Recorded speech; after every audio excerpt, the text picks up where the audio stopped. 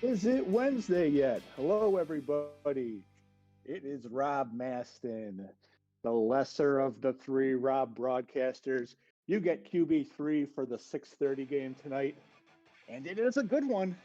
Two RFHL contenders from the beginning of the year. A lot of people had Dump and Chase Picken at the top of their lists, and they will start off the 6:30 game and versus a team that has performed really well this year, Bugaboo Creek Freaks, as they come into this game 5-1 with Dump and Chase Picken struggling a little bit at 2-4, but they are very, very capable of turning things around and putting some pressure on the Bugaboo Creek Freaks tonight.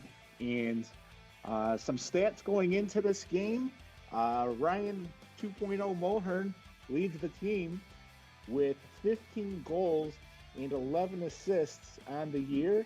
And he's got a really well-balanced team behind him. A good team that Captain John Horan did pick with Jesse Trado, John Horan, Bob Haynes, John Blotzer, and Ellen Fredman having a fantastic year as maybe somebody who's in the conversation for most improved, the way she's playing this year. And Brett Slater in goal as the consistent goalie that he is. Definitely not a fourth-round talent. And he's having a hell of a year with a 91% save percentage and a great overall. They are undefeated when Brett is. I'm sorry, I take that back. They have lost one game, but Brett having a great season. And then Mike Freese, who's struggled as of late, but if he gets hot in this game, you'll see some good things out of him. Is he's got a 78% save percentage and one win on the year. Some notes as we get Paul Fridman into the middle to drop the puck. Is John Foss is 2 goals away from 500 career RFHL goals and is currently tied for the lead in assists this season and leads the league in points. And Brett Slater is the current RFHL career leader in save percentage. And away we go as Frizzy makes a really good save right off the top. Is backed by Shane Ryan. That puck goes off of the side post, and a little bit of luck here to start here for the Dump and Chase Picken is that one went right off the post. Puck controlled. Shane Ryan almost had a pass to a streaky Mike Frizzy. That's intercepted by Bob Haynes. Bob with the puck gets it over to Haran.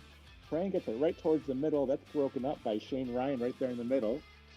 2.0 and Foss matching up in the middle there. Two of the league's best right here to start here at Derek Katora. It is 0-0 with 14 minutes left to go here in the first period as we are just underway. Haran gets the puck to the middle. That one has a Bob Haynes by the middle. Nicely done by Foss as he comes in to break that up. A great looking play right there.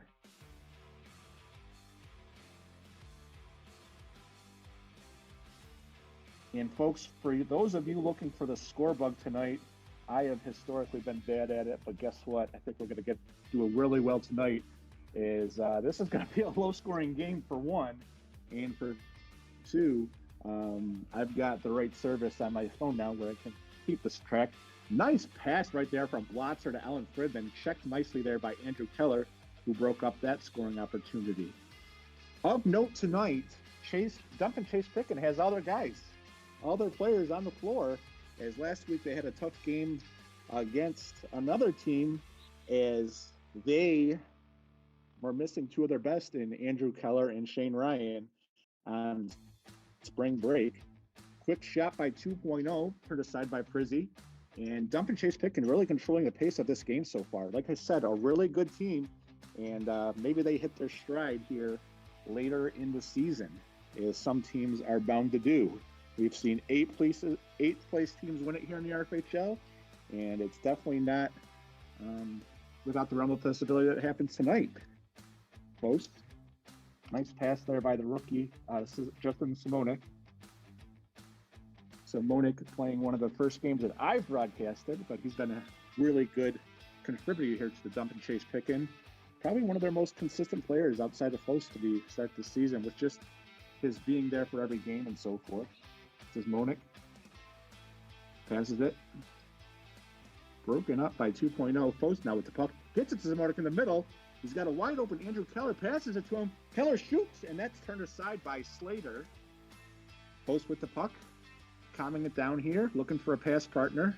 He's about to get a double team, but 2.0 sees Keller trying to streak and covers him. Good pass right there. That goes into the corner for Keller. Played right there by Simonik on 2.0. Simonik goes right after the puck. Almost a nice forecheck right there. 2.0 gets away from it, takes a quick shot, and that is a save. Nice play right there by 2.0. Post takes the puck on the other end. Simonik getting the rebound, gets the rebound. Brett's on the floor. Jesse Trado does a great job of breaking that up right there, as it is still a 0-0 game with 11:20 left to go, as Prizzy makes another save, as he had the streaking player right there, and Simonik takes another shot that's broken up by Brett Slater on the other end. Alan Friedman with the puck, gets it off to Blotzer. Blotzer misses that one, goes down to the end, being checked tightly by Mike Curry. Trado with the puck, trying to slow it down. Guarded by Keller, gets it off to Alan Friedman. Friedman being guarded by Simonik. Oh, a nice quick shot, and Prizzy is all over that one. And a good game to start here for Mike Prizzy, as he has his defense back from last week. Simonik with the puck in the corner. Here comes John Horan, who makes his first appearance of the game for the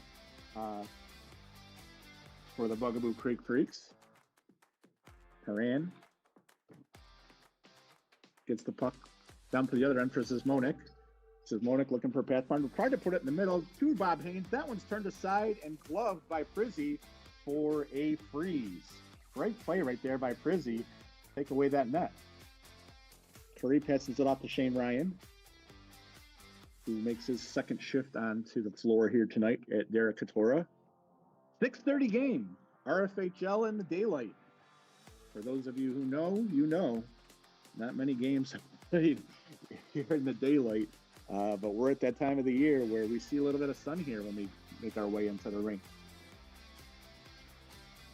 Bob Haynes with the puck, looking for a pass partner. Trying to get it to the middle. Here comes Justin Simonik, who's been all over the place. Simonik with the puck in the corner, being checked nicely by Horan. Nice pass by Simonik. Post takes a shot. That one is blocked, turned aside a little bit by Bob Haynes, but goes wide of the net. Haynes is all over him again. Good shot, though. He still got that on Slater, and Slater turns that aside with what seems like little effort to me, but probably takes a lot, as he's seen a lot of shots so far. John Horan tried to get to the middle, passes it off. Post with the puck, takes a quick shot. Brett Slater turns that one aside. Had Shane Ryan right there in front of the net, and 2.0 is out there for his second shift of the night. Almost had a shot right there. Passes it off to Horan on the wing. Horan takes a shot that's partially blocked by Foss and Keller will take the puck off the freeze. Keller to Shane Ryan. Shane Ryan looking. He has a little bit of time to breathe here, and he passes it off to Keller. Keller being guarded nicely by Haynes. Good defense on both sides here to start it off here at Derek Katora. John Foss with the quick forecheck. 2.0 got towards the middle. Tried to hit Bob Haynes, but he was guarded nicely by Andrew Keller. Foss gets the puck into the corner. Goes to 2.0. Horan down the corner, but that's run down by Andrew Keller for Dump and Chase Pick-In, as they try to make their name right there. And Bob Haynes takes a quick shot. Brizzy was ready for it, though. Shane Ryan with the puck. Tried to get it towards the middle. He's got Post behind the net, and now you got Brett Siebert earning his money covering both posts. Really good job. Gets it over to Keller. Keller takes a shot. That one is blocked by John Horan and goes harmlessly behind the net, where Shane Ryan takes the puck. Great play by Shane Ryan, as he saw Post on the doorstep, but he was unable to save that one. And Keller takes a shot that goes wide with a nice block by 2.0 there. Keller takes the puck towards the midcourt. Nice interception job there. Puts it into the corner for Shane Ryan. Shane Ryan passes it out to Foss, who takes a shot that had legs but goes wide to right of the goalie, Brett Slater. Keller with the puck. And that one is blocked partially by John Horan. John Horan, the puck goes off to Fosto in the corner as it gets to the second time. Post being guarded by 2.0, and that puck goes wide.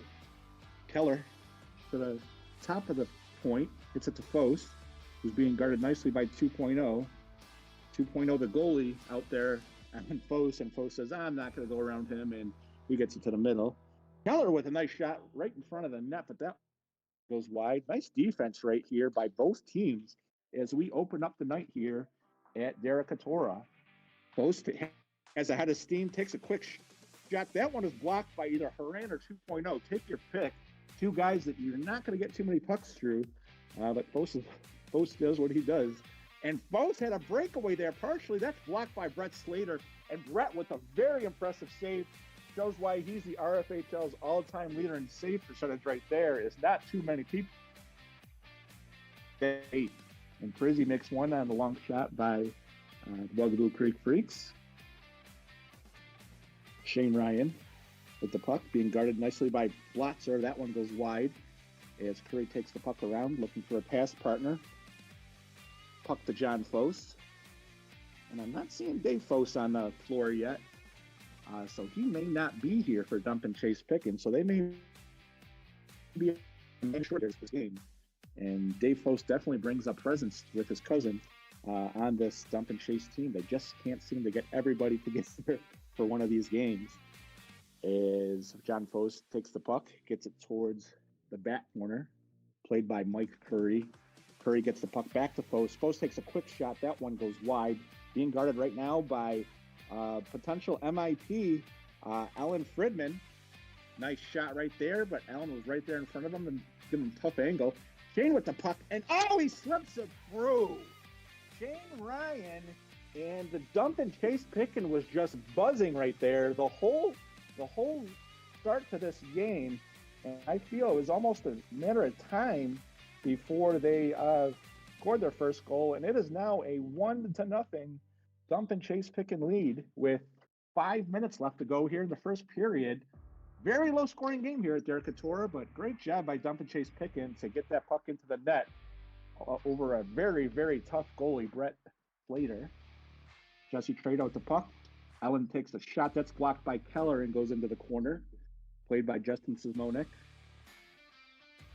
I think I'm going to say Simonik. I think I keep bringing the Z in there, and that has no business for my pronunciation here. Andrew Keller with the puck in the corner. Great job forechecking as Jesse Trado takes the puck at the point. Allen tries to get it through. That's blocked by Mike Curry. Mike Curry, nice job right there by Mike as he almost created a quick breakout between him and Keller, but wasn't able to connect on the pass as a good block by Alan Fridman. And there's a steal, and Brett Slater puts up two magnificent saves right there. Is those basically a 2-on-1 right there. And got to give credit to Frizzy right now as he's having a hell of a game right now for Dump and Chase Pickens. It's definitely helpful to have that defense he's got out there with Shane Ryan, Simonik, and Keller. Definitely doing a great job as limiting the shots that he sees. And this is a really good game here to start off this 6:30 slate of games here at Derecatura. Bob Haynes with the puck. That's intercepted by Shane Ryan, who's got it 1-on-0. He tries to go backhand, and he gets out to Simonik, and Keller will reset. Simonik with the puck on the other end.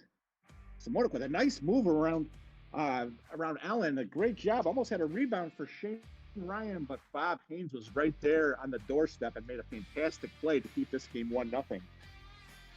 2.0 back on the court, looking to give his team that tying goal. And the forechecking by Simonik is really tough to start off this game. Good job right there. He got past Simonik and had a nice block by Shane Ryan. Shane Ryan, one of the league's underrated shot blockers, and he just showed why right there. Keller shows a shot block of his own. 2.0 gets a shot. That one goes wide. Frizzy did not see that one as it was wide of the net, so no need to be there. Haran with the puck for Bugaboo Creek. Nice pass by 2.0. A little bit of give and go in the middle. Ellen Fridman standing right there in the middle. And that puck is blocked off of Andrew Keller, and we will have a freeze with 2:27 left to go here in the first period. And it will be Bugaboo Creek Freak at best. 2.0 with the puck. Oh, intercepted by Simonik, who takes a quick shot. That goes wide. Fo's still looking for his first goal of the game. And he gets a breakout right here, just as I say it. He's got Simonik wide open, and we have a goal. What an unselfish play right there by John Fost, who shows why he's the assist leader going into this game. Is a nice pass to Justin, and we now have a 2-0 dump and chase pick and lead with 1:43 left to go here in the first period. Dump and chase pick and wins the puck. Fost takes it behind the net, his own net, looking for a pass partner, but he's way out there. Oh, he had Simonik streaking down, and that one was broken up, if anything, by John Horan just with his presence, as Shane Ryan gets a quick shot that goes wide. Simonik with the puck. Simonik takes a shot, and he scores. He puts a second goal of the game in from the high slot, and gotta wonder where the Bugaboo Creek's defense, their patented defense that they've had all year, was on that one, is he was wide open there that area at half court. And this is now a 3-0 game, folks. Some may call this an upset, but Bugaboo Creek Freaks, they have to be a really good team, and once they put it together, they're showing what they can be tonight. Is a really good start to this game for them. 3-0 with John Fost not having any of the goals so far, so that shows you their balance as well. Bugaboo Creek looking to score their first goal. Lots are out there, tries to get it towards front. That's broken up by Shane Ryan. He's got Fost by himself, and he just barely missed on that one. Good defense right there by Brett Siebert, as Fost had slipped past the defense. Simonik with the puck, gets it off to Shane Ryan. Shane Ryan gets it right back to Simonik. Simonik takes a quick shot. That's broken up by John Horan. And it's a good thing he was there, as that puck was loose right there in front of Slater with John Fost sitting there on the doorstep. And Horan definitely broke up a potential 4-0 game right here as it continues 3-0. And Shane Ryan takes a last-second desperation shot for the dump and chase pick-in. And that will be the end of the first period. Great game here to start off the night. Is potential rookie of the year, do I say? Possibly. Justin Simonik having 2 goals right there. And the other goal scored by Shane Ryan for a 3-0 game going into this second period. And folks, I look for a furious comeback effort here by the Bugaboo Creek Freaks. And as we go into this game, I didn't mention who they were led by, as we didn't get to it, but John Fost, as I said, 5 games, 22 goals, 15 assists, crazy good numbers for him as always. And that's added to his 14 blocks that he brings to the defense. And then Shane Ryan and Andrew Keller round out the top line, with Shane Ryan at 14 goals and 10 assists himself. Shane Ryan has always been a particularly good first-round pick in years past, and a lot of people saw crazy potential when he was drafted by John Fost at the end of the beginning of the second round. Rounding that out is perennial defensive player Andrew Keller, and he's had a good start to this game as well. Good to have him back on the rink. As somebody who played against his team last week without Keller and Shane Ryan, there was a little bit of relief. Felt like we got a mulligan there. So if we see them in the playoffs, I feel like it'll be a different story. And Justin Simonik having a hell of a game to start. He has 9 goals on the season with 3 assists. And then rounding it out is Mike Curry and Dave Fost. And as I mentioned during the game, Dave Fost is not here. Sometimes he'll get here a little bit late. So we still may see Dave Fost. He was on the injured reserve for a little bit after taking a couple of shots to the shin earlier in the season. And then Mike Frizzy, as we said, having a really good start to this game, 1,000 on the save percentage. Can't do much better than that. And here we go, as both teams mill out for the second period. Jesse Trado against John Post to start, with both goalies showing, giving the ready sign. And Paul Friedman is ready to drop the puck. And Dumpin' Chase Picken has a quick shot by Andrew Keller right off the faceoff. Jesse Trado with the puck, looking for a partner, takes a quick shot. That's rebounded by Allen. That one went snuck through, but good thing for Mike Curry was right there. And I've talked about it to start this game. Good defense. And Curry right there, keeps the shutout going. And it is still a 3-0 hockey game. Post with the puck, trying to get it in front. What a pass that was. Andrew wasn't able to get a stick on that, but good play right there by Andrew as he had two people on him. Post with the shot. And Brett Slater covers that one up with 14:20 left to go here in the second period. It is a 3-0 lead for Dumpin' Chase Picken. Jesse Trado with the puck, looking to make things happen. Puts it off the wall into the other end. Ellen Friedman and Bob Haynes were right there to turn that away, but John Foss happens to be there, and he sets up some time in his office. Gets some office hours going. Takes a quick shot. That goes off of Brett Slater. I don't think he sees where the puck is, and that's finally cleared away by Bob Haynes. Curry being checked closely by Ellen Friedman. Curry looking. Ellen takes control of the puck in the corner. Now she's got control, and she shovels it down into her own end, where it's picked up by John Foss of Dumpin' Chase, and he takes a quick shot that Brett was able to get a quick glove on, as that was a tough as a save as you're going to see from a long shot in the RFHL. Blotzer with the puck, gets it off to 2.0, intercepted by Keller, who takes it towards the net, didn't have an angle, and a good defensive play right there by Ellen Friedman. 2.0 takes the puck down the other way. That goes off of 2.0, and it'll be taken as a freeze as it was last touched by Dumpin' Chase Picken. 13 minutes left to go here in the second period. 2.0 looking to put his team on the board for the first time tonight. Gets the puck into the corner for Horan. Horan tries to center it, but that's blocked nicely by Justin Simonik. Simonik gets that puck. Now it's intercepted going 2-on-1 the other way. 2.0 takes a quick shot. May not have seen John on the other side. And Simonik is kind of almost controlling the pace of this game, as I don't know if the scouting report for Bugaboo Creek had him being such a dominant force to start this early. Both gets the puck out front. Simonik gets it. He's got two people there. That's blocked, and a great save by Brett Slater as 2.0 and Horan made their way into it. Horan takes the shot. That's blocked by Justin, and Horan will take it to the other end and try and settle things down. Broken up again by Simonik on 2.0.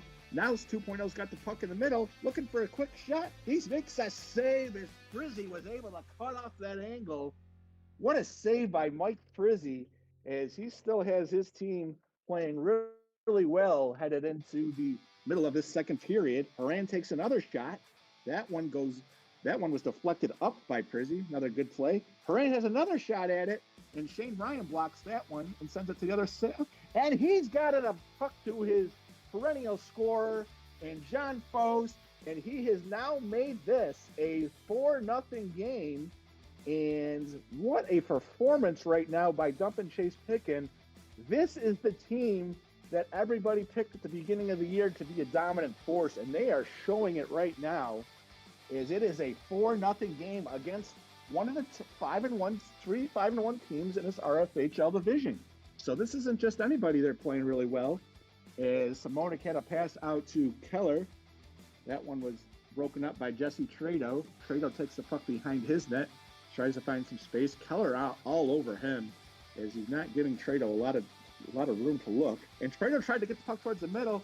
That one goes to the other end, where it's stepped on by Brett Slater to quash that scoring lane. And Trado bumps into Frizzy, and that one looks like there was a little bit of incidental contact, and nothing called there. A shot was taken, but Brett turned that one aside pretty easily. As Blotzer tried to get it towards the middle, Keller breaks that up. Jesse Trado with the puck, very dangerous down low, and a quick save by Frizzy, and his fellow rookie Simonik falls on top of him, and the fumble was recovered by Frizzy right there, and he still has himself a 4-0 lead. with 10 minutes going set to show on the clock in this second period. Shane Ryan with the puck. Quick shot by Keller. Slater didn't know where that was, and he puts it. It was underneath him the whole time. So he's been playing a heck of a goal so far, despite the score being 4-0. Just looking to see his team get some offense going like they have all year. Pass goes the other way. Curry lays out his buddy Bob Haynes right there. Oh, it's a quick pass from Shane Ryan to Mike Curry. He connected on it. Boy, oh boy, was that a good save by Brett Slater. The puck goes underneath on the other side for Curry. He had Bob Haynes on the doorstep, and Shane Ryan turns that one away. Here comes Haynes again, and that's the second one. And Alan Friedman says, I will score the first goal of this game. And Alan Friedman has made it a 4-1 game, and a great sigh of relief for the Bugaboo Creek bench as she puts in her first goal of the game, and it is now 4-1. And folks, this is as close as a game as you're going to have in the RFHL this late. As let's see, did they count that one? Right off the face-off, right as I was giving credit to the Bugaboo, John Foss shows what he can do and puts in a backhander over Brett Siebert. And it is now 5-1. 5-1 score here. Wow. Can't talk too much around this team as Foes has the puck around the net again and almost put one behind. Didn't quite do a Michigan, but had a nice wraparound attempt. And they've got Bugaboo Creek on their knees right now as Prizzy turns one away. The shutout's gone, but he's had a shutout period already, so you can't take that away from him. And he is playing a great goaltender right now for this dump and chase picking team. Now we got 2.0 the other way. Hits Foes, hits Haynes. Oh, Haynes had a backhander that went the other way. Oh, and another one that goes towards Brett Slater. Didn't see that one, but went off the back wall, and he was able to stop the puck on the other side. And dump and chase picking is just putting a lot of pucks on net right now. 2.0. Gets the puck out to the corner, puts it behind the net for John Blotzer, and he will settle it down and look to get his teammates involved. Blotzer off to 2.0. That one gets intercepted and cleared the other way by Curry. Blotzer covering. Nobody on Mike Curry right now. He's got a shot, folks, and he says, yes, I do, and he puts it in for a 6-1 lead. 6-1. Dump and chase right here in this first game here at Derek Katora. Wow, goals from all around. This isn't just the John Foss show here tonight, folks, as they are on fire right now with a 6-1 lead, but no lead is safe here in the RFHL. And if there's one team in the RFHL that's capable of coming back, it is the Bugaboo Creek Freaks, as Haran gets a no-look pass out to John Blotzer, and Blotzer was unable to connect on that one. Good defense by Mike Curry, and John Foss takes it behind his net and respectfully says to someone on the Bugaboo Creek Freaks, come get me. He takes a quick shot, goes to Shane Ryan. That's controlled, broken up by Haran, who takes it from the corner, and just as I said it, he has his first goal of the night. John Haran on a quick one that I couldn't see from up here. I have no idea what chance Prizzy stood against that one. And it is now a 6-2 game with 6 minutes left to go.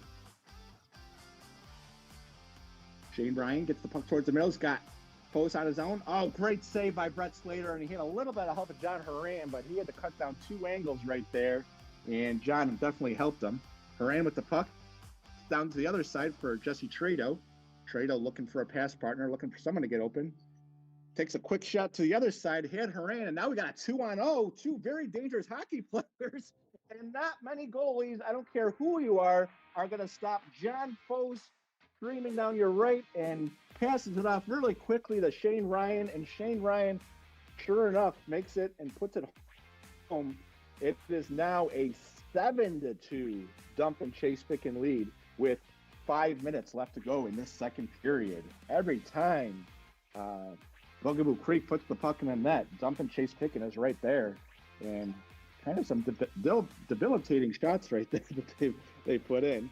As 2.0 takes the shot that almost went in on the right side of Frizzy, he had Fos and 2.0 there. Oh, 2.0 set up shop right there in the front, takes a quick shot, and that one is blocked.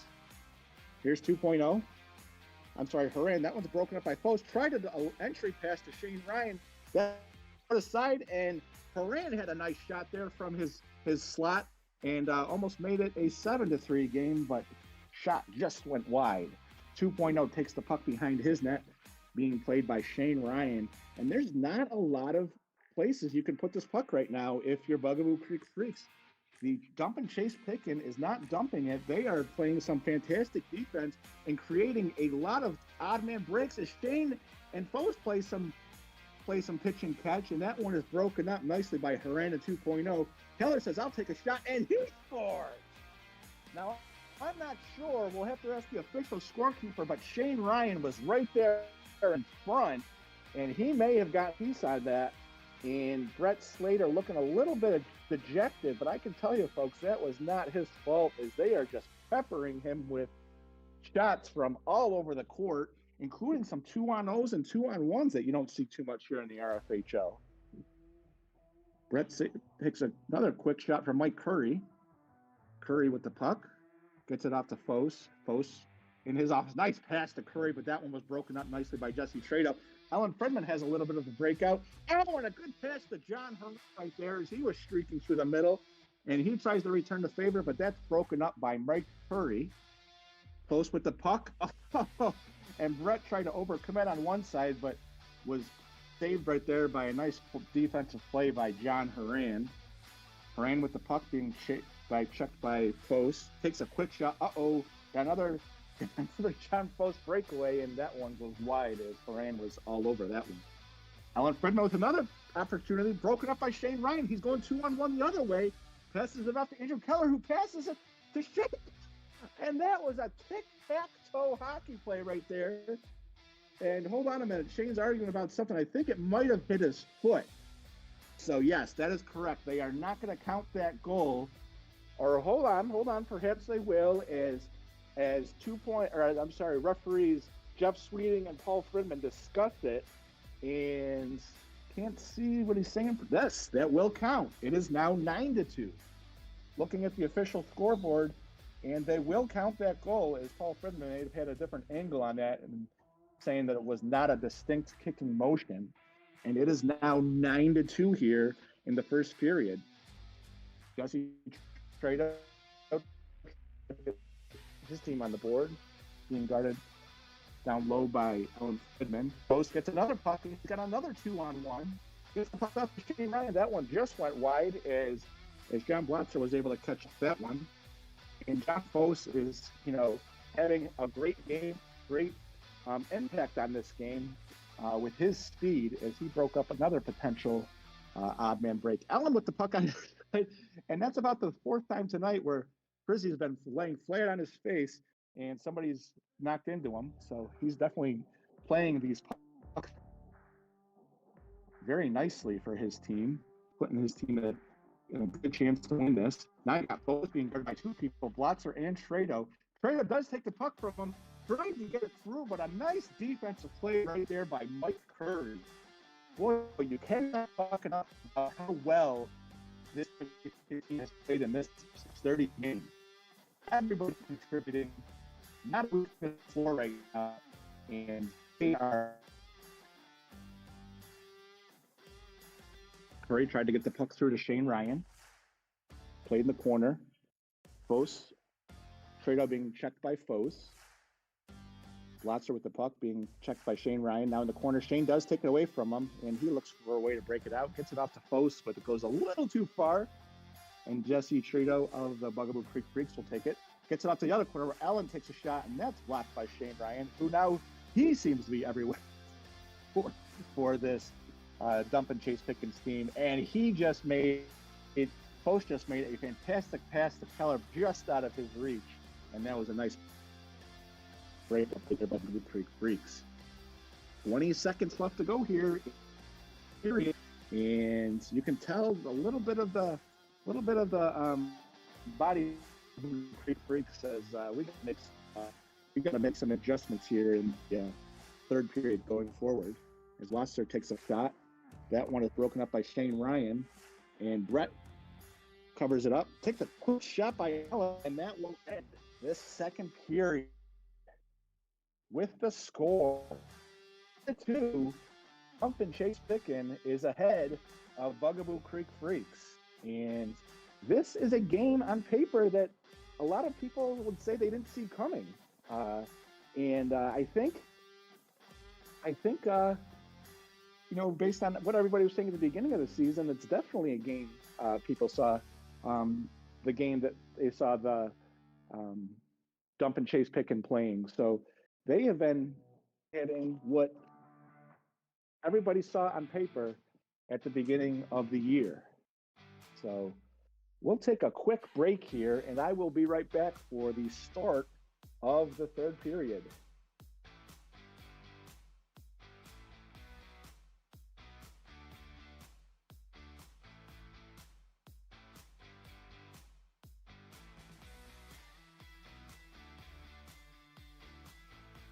Hello.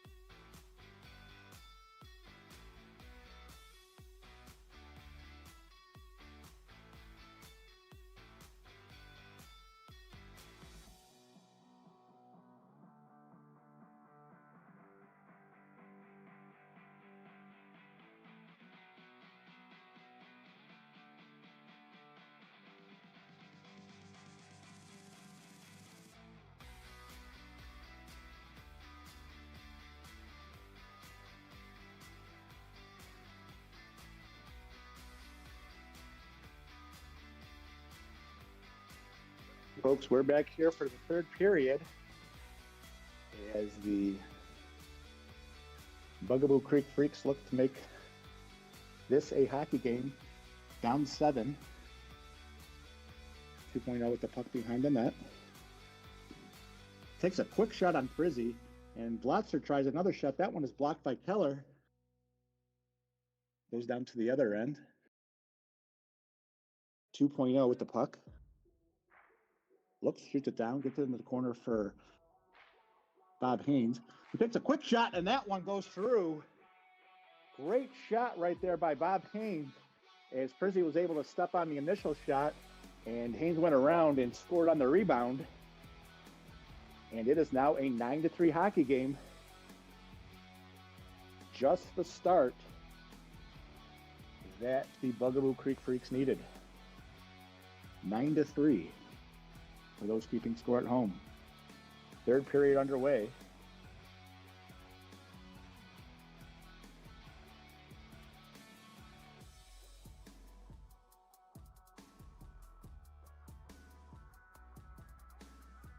And another shot.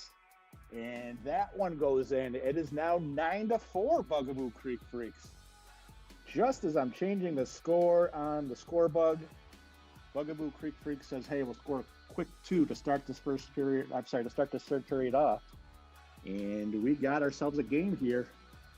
Oh, good shot by 2.0. Couldn't see if that one went off of the goalie right there, but Frizzy standing tall despite the first couple of goals here in the third period. And it is 9-4. Bob Haynes trying to get it towards the middle, broken up by Shane Ryan and Andrew Keller. Shane takes the puck around, and a very mighty lineup right now to start this third period for Dumpin' Chase Pickin. With Simonic, Fos, and now Curry goes out there. Fos looking for it. Takes a quick shot. That one didn't go through. 2.0 did not fall for that one. And I don't know if he whiffed or he meant to do that, but great job by both Fos and 2.0 right there. 2.0 takes the puck away from Simonic. Tries to get it around his net. Being guarded closely by Simonic. 2.0 gets a little bit of a break. Takes a quick shot. Oh, I thought that one went in, but it went around the goal. And a little bit of a break right there as Fos was able to break up that rebound attempt by John Blotzer. And Fos takes the puck behind his office. Jesse Trado with the rebound. And I did hear Jesse talking when I went downstairs, talking about how they're not going to just let John Fos roam free. And so far, to start this third period, that has been a strategy that has created a couple goals for him. Good defense, creating good offense. Simonic with a quick shot. That one was blocked by Haran. Haran with the puck the other way. Takes a quick shot on Frizzy. And Fos will back up his goaltender and take it around the net. Being guarded by Tredo. Fos takes a shot. Nice save right there by Brett Slater. And Simonic was right there for the rebound, but Brett turned that one aside as well. And folks, Brett is one of the top goaltenders in the RFHL. And this has been a tough game with his defense so far. Can't say that Brett has been the one who's not kept his team in this game. He has kept his team in this game as he does it right there. Fos had Simonic wide open on the doorstep, and Brett was able to turn that one around, but was not able to save that one as John Fos was right there in the middle of the rink with nobody on him. I don't care what goalie is what, not many people are going to be able to stop that one. And we now have ourselves a 10-4 good buddy game.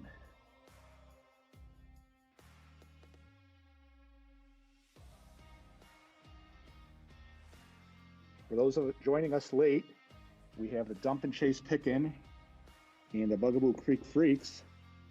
10-4 game, make it 11-4. As Dumpin' Chase Pickin has made ends meet with the first two goals of the period being scored by Bugaboo Creek, and now they have scored two of their own, and they get their 7-goal lead back. It is now 11-4. 11-4. Dumpin' Chase Pickin with the lead, and let's see what Bugaboo Creek can do right here. That's definitely a tough one. And Brett Sander bails him out again. Has Fos right there on the doorstep. Somehow 2.0 is able to make a nice defensive play there. He goes, tries to get it through the middle. He takes a shot. That one is blocked. And what a save by Frizzy is he had the angle cut off with the good defense by Shane Ryan. And I'm telling you what, folks, this Dumpin' Chase Pickin team, if they have their whole team ready to go for the playoffs, it's going to be one of the tougher teams in a long time with the seeding that they have. I don't want to play them first. If I'm playing them the first round of the playoffs, I don't want to be the one that plays them. So a good representation here of Dumpin' Chase Pickin's potential in this game. It started from the very beginning with good defensive play, and it has just melded into goals that they have scored off of turnovers from Bugaboo Creek. The defense right there is Jesse was able to stop that one from Shane Ryan. Gets it off to Ferran. Ferran didn't see the puck. Oh, tries to get off the Trado. That one goes a little bit up high. Good defensive play right there by Keller. Here comes Keller the other way. 2-on-1. He takes a shot wide. 2.0 back on defense. Now you got Shane Ryan at the top and nobody on him. And you can see the Bugaboo Creeks are a little bit tired here as this Dumpin' Chase Pickin team is everywhere. You can't even blame Bugaboo Creek. You know, they're trying their best, and this is a hell of a team, folks. This is a 5-1 team. And Bugaboo just came out tonight. Or I'm sorry, Dumpin' Chase Pickin just came out tonight to show that they are a contender for this RFHL Cup at the end of the year. Close with the puck on the other end. He takes a quick shot. Almost tipped in by Shane Ryan, who stopped the shot and then had a really good rebound, but his defense was able to bail him out right there. Haran with another nice shot that usually he's playing some good offense right there, but Keller was able there right there to back up his goalie Prizzy. Post with the puck. Looks, takes a quick shot, and Brett Slater, another tough angle shot. Post is able to put that one in, and it is now 12-4 with 7:40 left to go in this third period here at Derek Katora. Spring night, if you will, up here in Rochester, New York. Derek Katora, the building, looking as fine as ever for some good hockey. And a good start to this RFHL slate of games. You got Rob number 3 here. Not the mayor. Sorry for the mayor fans. Not the Bob, but you have Rob Maston on the call here. The number 3 QB on the call here to start off the slate of games here at Derek Katora. And Mike Curry almost puts in another goal, and it was a nice play by Ellen, who was back checking to prevent that one from going in. And Bob Haynes takes the puck behind his net. Ellen with the rebound. Oh, and Prizzy's getting the trademark of somebody who comes out to play the puck like an Alex Packard, and he's made a few diving plays tonight, and he is very much a part of this. Only 4 goals scored on him tonight. That's a fantastic game for any goalie, and Prizzy is showing himself tonight what he can do. Another puck right there put from Blotzer to Allen. Tough pass right there. Justin Simona takes the puck behind his net, slowing things down. Shoots the puck to the other end. That's blocked and hits the ceiling. Nice play right there by Blotzer as he takes the freeze defense against Justin Simonik. Simonik shoots it. That one goes wide and off the back of the net for a freeze, and that will be Bugaboo Creek Freak hockey puck. With 5:51 left to go here at Derek Katora.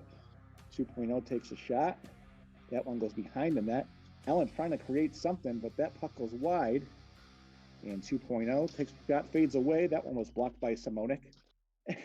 Allen and Prizzy are on the floor again as Allen trying to get used to Prizzy playing that defense. And a good save right there by Prizzy as the puck came right back down to the other end. And it is still a 12-4 hockey game with 5 minutes left to go here in the third period. 2.0 with the puck. Intercepted by Foes, who had a head of steam. Nice defense right there by Brett Slater and Ellen to prevent that one from going any further. 2.0 has a streaking Foes, and 2.0 had no chance at that one, nor did Brett, as Shane passed the puck to a streaking John Foes. And it is now a 13-4 hockey game here with less than 5 minutes left to go. And folks, I won't lie to you, we are simply playing for pride at this point as Bugaboo Creek taking a tough loss up here at Derek Katora tonight. But I know that they have a great hockey team and will definitely be somebody that can fix this. As I say that, 2.0 puts in the hockey puck and has now made this a 13-5 hockey game. As I update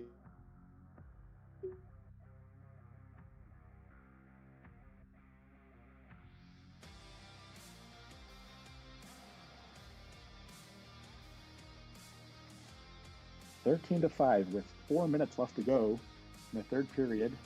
If you're listening to this game on the radio on your way into play here tonight, it is the Dump and Chase Pickin with a 13-5 lead over the Bugaboo Creek.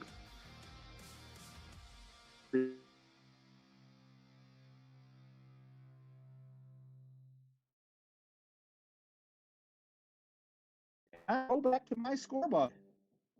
It is now 14-5. Team, it is scary how good this Dump and Chase Pickin team is right now. They are putting on a masterclass in hockey.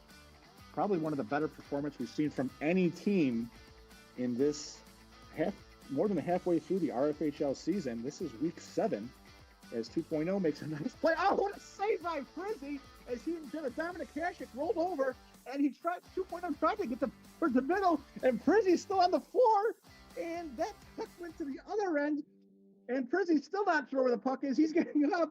It's fantastic defense by Mike Prizzy, and Shane Ryan joined him a little late.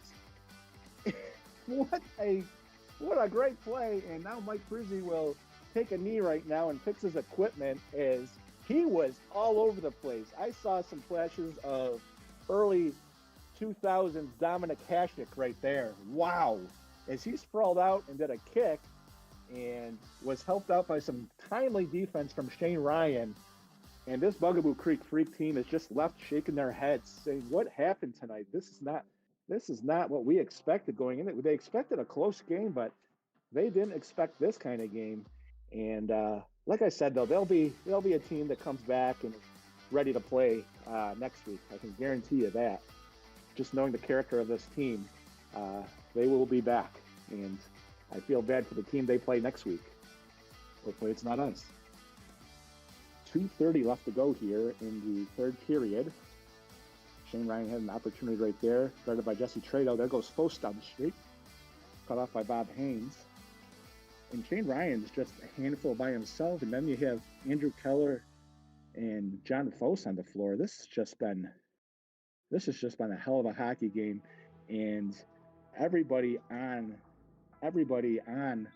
this jump and chase picking team has scored tonight and has made fantastic defensive plays along the way. They are going to be a tough out in this RFHL playoffs. Puck put into the corner, goes to Haran, who gets another nice save from Mike Prizzy, as that one was behind him. That, and Haran tried to stuff that into the backside. Is a good Friday night. And Prizzy's still having one of the more fantastic games that he's played as an RFHL netminder. Keller with the puck. This being checked right there by Bob Haynes. Foes. Here comes Foes. Quick shot. That one's turned aside. Goes to Ellen. She's still playing her heart out with less than a minute and a half here to go in the third period. And a yawner goes right through Brett Siebert's crease. And good defense right there by John Foes, who has taken a step back as this game goes into the scrub stage of the game, as both teams just playing for goals at this point. Ellen with a quick shot, as she has one of the 5 Bugaboo Creek games, and he scores! An all-out hustle play right there by Ellen Fridman, who was going into the corner, took a back hack at it, went off of Prizzy, and she has made this a 14-6 hockey game.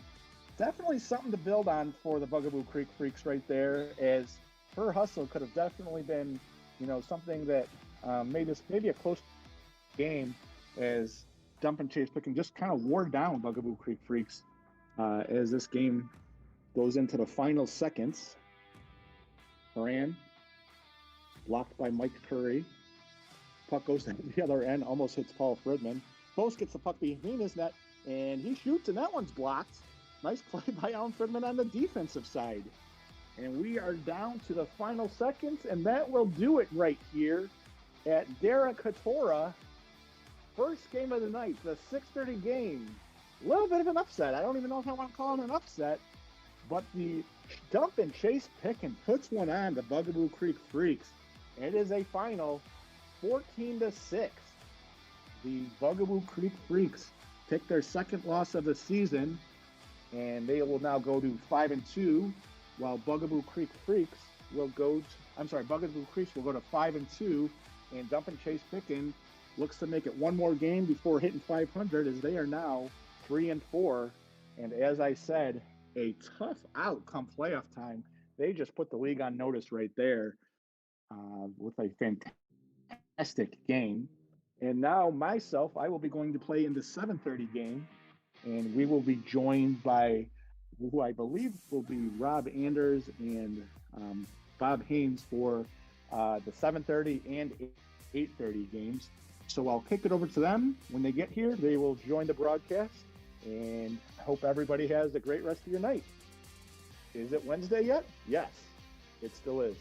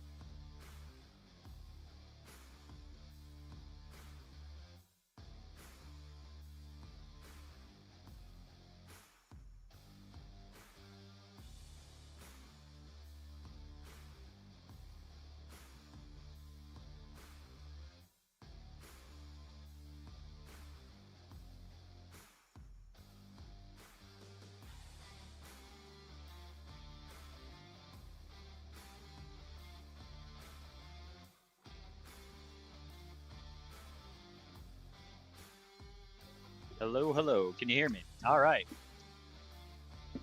Well, good evening, folks. We're in week 7, 7:30 matchup here for RFHL action. Spring 2026 season. Defunct Businesses. We got the Pan Amherst 5-1 right now versus the Napster Marauders, who are 2-4. You're going to be joined on the call here by the Bob Hartman. We'll be doing the play-by-play. This is Brian D'Angelo doing the color commentary. You got the C team tonight, folks.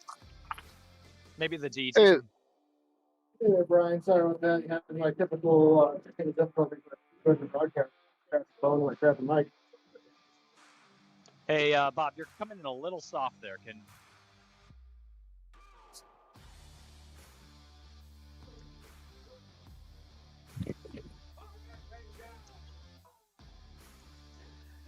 A little background noise here by none other than Steve Newberry.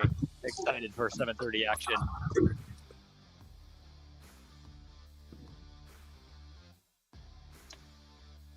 I believe we may have an appearance by the mayor himself on the stage, providing some stat updates. We just heard the whistle as these teams get ready to take the floor. Once again, 5-1 for the Pan Amherst, currently in second place in the league. Napster Marauders coming off a wonderful win last week against Bob and my Pontiac Firebirds, currently 2-4.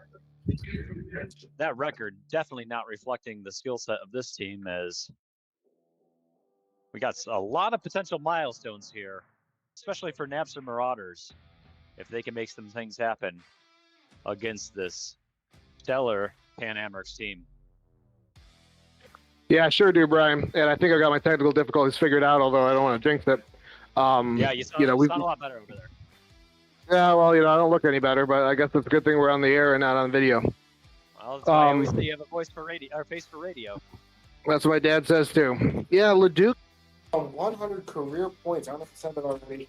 You know, second season in the league. He's already got 23 goals and 12 assists on the season. Only 6 games in. You know, obviously he had a stellar season last season with the Master Vaders and racked up a lot of points there. But 35 points of his 99 have come from this season. Yeah, absolutely. Just a comment there. You were loud and clear there for a bit, and then you just dipped again back into kind of sounded a little muffled. But yeah, just to reinforce what you were saying, Leduc approaching 100 career goals in his halfway through his second season here in the RFHL. Absolutely, has taken the league by storm. Came into the season after already being Rookie of the Year MVP style play. 30-pound lighter, we heard in Discord today. He's looking fit and nimble, which is what he's having. Yeah, seriously. Oh, jeez. So yeah, that's what I told him in Discord. Hey, stop what you're doing. Yeah, just stop it. Stop it. Yeah, just stop that. All right. Yeah, I guess he can do it as long as he's beating up the Pan Amers, just not when he's playing off. So Kyle Antilla on the floor with Glenn, it looks like, and Steve Leduc starting out for the Napster Marauders. For the Pan Amers, we've got 3 guys wearing helmets. Kurt with the puck. Well, actually, that's his goalie with the puck. Kurt now with the puck, takes a slap shot. Oh, and that almost snuck right past Brandon. Lasagna with a shot, still looking for his first goal. Oh, no, that's not true. He has a goal. Looking for his second goal of the season. Lasagna gets it up to Kurt. Kurt's got Brendan coming around the outside, but Kyle steals it, and he's looking the other way. Leduc's creeping, he gets the puck. He passes it over to Glenn, tries to, falls out of the glove. Back over to Kyle. Kyle with it, got some time, takes a long shot, goes off of Kurt, and almost in the net. Kurt almost got the goal on that one. Yeah, that was a funky little ricochet there off of Kurt. Yeah, we all heard the ugh. And having scored a goal like that in this season, it hurts. It feels so good. We are a little bit of background noise from me here today. The Duke over to Kyle gets blocked by Glenn. The Duke got cutting through. It's almost as if Leduc knows what Kyle has on the line here for this game. Being one shot away from the 6'10 club here, getting there from the longevity as he's been in this league for close to 25 seasons. Not only that, but I want to say that he's only missed 1 game out of those 25 seasons. Absolutely. Kurt with the puck's got Glenn out and takes a quick shot, goes off of Kyle over to Leduc. Leduc with it now. He's got somebody back checking out him. George, it looks like. George on Leduc. Leduc taking it off the freeze, passes over to Glenn. Glenn's got Kurt stepping up. Kurt blocks the shot. Wins it into the corner. John gets out of the way. Kurt plays off the boards to Kyle, unfortunately. Bad bounce for Kurt. Goes right to Kyle and standing on the doorstep, and that's his 6th and 10th career RFHL point. Yeah, as the great mayor would say, clip it, clip it, clip it, because Kyle Antilla just achieved a rare milestone in this league, only held by less than 10 other players in the league. 6'10 club for Kyle. Congratulations. Yeah, and out of his 610 points, that probably was the easiest one he's had. Just right place, right time, nobody on him. Brandon snags that one out of the air. Mark has a bounce right in front of him on the left there. Is that Mark in that? It doesn't. It is different for some reason. I don't know. He looked different. Different pads. Maybe he did his hair differently under that helmet. Leduc with the puck. Scott, George on him. He makes a move around the outside. Still George on his hip, goes around the net, gets picked up a second. That's what he's waiting for as he finds Kyle. Kyle goes a little high, a little wide. Glenn with it now. He's got one on him, one waiting. Still finds a shot through to Mark, but Mark turns it away. And Leduc just comes off the floor, and rookie AJ fills in his stead. Kyle with the block on George. Haven't seen Sweet yet tonight, I don't think. AJ with the block there, gets up to Kyle. Kyle over to Glenn. Glenn has Lasagna stepping up. Puck goes up. They don't see it. AJ sees it, tries to bat it out of the air, just misses it. And George puts it up on, not George, Rob puts it up on the stage. Yeah, it just goes slightly over the crossbar there as Rob had a good opportunity coming down the right side. I'll get to the head to Venero. Venero takes a long shot. Mark turns it away. George with it now. He takes a shot off of Brandon and turns it away. George in the corner's got Sweet on the wing looking for it. Tries to get over to Rob instead. Rob takes a shot that goes off the post, and George cleans up the rebound. 1-1 with 11 minutes to play in the first period. Just a great ricochet off the back wall, using the walls as that secondary pass opportunity, and George is there to clean up. Yeah, right place, right time for the Amerks there. Sweet down the floor now. George gets it over to him. Three with a long shot, and Brandon covers it up. Great Veneer move going the other way. Stretch out. Sweet controls it. He's got Sidor on him. Kurt on one side and George on the other. Kurt's now cutting through. Sidor's chatting with Mark a little bit. Mark chatting with Sweet. Sweet still gets the shot through. Goes to Brandon, covers it up, and Kurt gives a courtesy whack. Mark with a kick save. George kicks it ahead to Kurt. Kurt and Sidor going at it. That's nobody wins in that situation. Did you just say courtesy whack? You'll have to rewind the tape and clip it. He did say courtesy whack. I can vouch for that. Thank you, we got Mayor. the fact keeper helping us out. Stat keeper with the fact check. Into the corner. Sweet with a long shot and finds the net. George to Sweet on that one. You know, the Pan Americans don't have a lot of milestones here that they're playing for tonight, but they are still playing to take first place by themselves. You know, the Bugaboo Creek Freaks lost earlier tonight, and so now the Blockbusters and the Pan Americans will both be looking for a win to stay on top of the standings.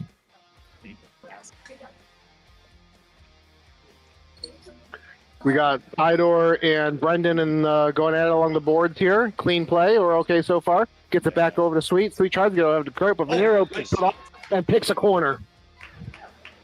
What a shot by Tom Venero there. Yeah, he just picked off the pass, picked a corner. Nothing Mark can do about that one. That was a laser, and it was on target. You know what? It was a great backhand pass by Brendan over to Sweet. It just bounced off a Sweet stick, a little funky there, and Venero able to pick it up and capitalize and take advantage of it. Yeah. Sweet over to Brendan. Brendan's got Sidor on him. Welcome to your second season with that play. AJ in the corner. Kurt on him. Kurt's gonna return the favor perhaps. Sweet's got all day. He tries to pick a corner, but goes a little bit wide. Comes off the stage. AJ, we got two light blues on him. Dark blue and light blue. Kurt's backing that ass up. Kurt tried to give the little hand flop on the puck that landed on the back of the net, but 2.0 there, both saying, don't even try to get away with that. I thought that might have been a too much badonkadonk call, but Brendan tries to get over to Sweet, but Leduc picks it off. Oh, he tries to find AJ in front. AJ needs to take another step or two on that one. Brandon easily saves that one. Venero with all day off the mask of Mark. Kurt clears it over to Brendan. Brendan with AJ on him now.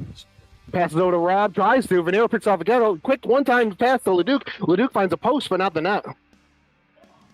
AJ and Brendan now. AJ tries to get over to Leduc and sends it all the way back to Venero. Venero's got a little bit of time. Gets it up to Leduc. Oh, just goes past him. Maybe stick tied up in front by Sweet. I'm going to want to watch that matchup, Sweet and Leduc here. See if Sweet can lock him down. Nice steal there by Brendan on AJ as he had an opportunity. Honestly, Pan Amherst having a lot of unconventional turnovers in the neutral zone in this game. Not typical of this team, but Marauders are making them pay. Yeah, Leduc tries a long shot, goes off a Sweet stick. Plugs up the back wall, and Brendan's got AJ on him. He's got Rob behind the net, Sweet up in front. Gets to the Sweet. Sweet tries a quick shot, goes wide, and Brandon covers it up. Leduc with his own shot, the Sweet blocks with a stick. Brendan takes a long shot and goes wide. Leduc trying to pad those block stats, but doesn't get a piece of that one. Glenn with the shot and easily gloved by Mark. We got our two block leaders in the league right now on the floor at the same time. We'll see how many shots make it through to Brandon. And those two leaders, by the way, are Leduc and Glenn. Yeah, they're doing a great job right now defending this. Their goaltender, providing that defensive support, and for a team that's known for their offensive firepower. So, impressive work there.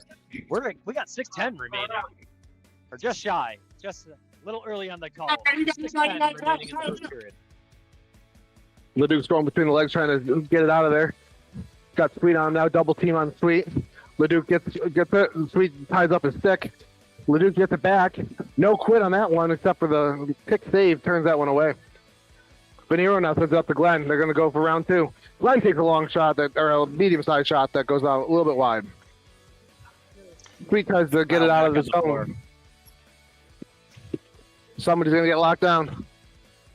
Rob's got it in the corner here. He's got Sweet out in front. Lasagna cutting through. Lasagna now on the wing. Sweet's not playing offense. He's just content to stay on Leduc right now. Oh, Kyle with a little bit there on Lasagna. Absolutely. That was a classic trip right there on Antilla. Yep, and Lasagna there saying, he goes, hey, I stepped on his stick, and 2.0 goes, an accidental trip is still a trip. And Pan Amers are going to go 610 points. 610 points for Kyle, and only 4 penalty minutes. That's not a bad point to. Oh, this is his 4th. Not a bad point to penalty minute ratio there. Sweet. That's impressive, actually. It really is. We got Sweet, George, and Lasagna on the power play. We got Leduc and Glenn, the 2 shot blockers on the penalty kill. Lasagna with it. Sweet on the point. Leduc picks it off. Let's see if there's a short-handed attempt here. He's content to kill a little bit of time with it. Dribbles around 2 defenders. Glenn sends it into the corner, and Sweet chases. Sweet with it. Glenn playing a little bit off. They got the block heroes out there for the power play. Leduc on Lasagna. Lasagna sends it up to Sweet. Sweet gets it over to George, and Brandon with a big save there. That was a nice post-to-post move there by Brandon to keep them scoreless on the power play so far. Leduc going the other way. Glenn with him 2-on-1. Tries to get over to Leduc, or Glenn rather, but Sweet blocks it. Oh, 1-on-none the other way, and George makes them pay. Great goal there by George, as that penalty power play was fastly approaching the end. And able to it doesn't matter when you score. It still counts as a power play goal. Mayor, you were right there. What did you see? We might have lost the mayor. I know he disconnected at one point. Oh no, I think he's suiting up.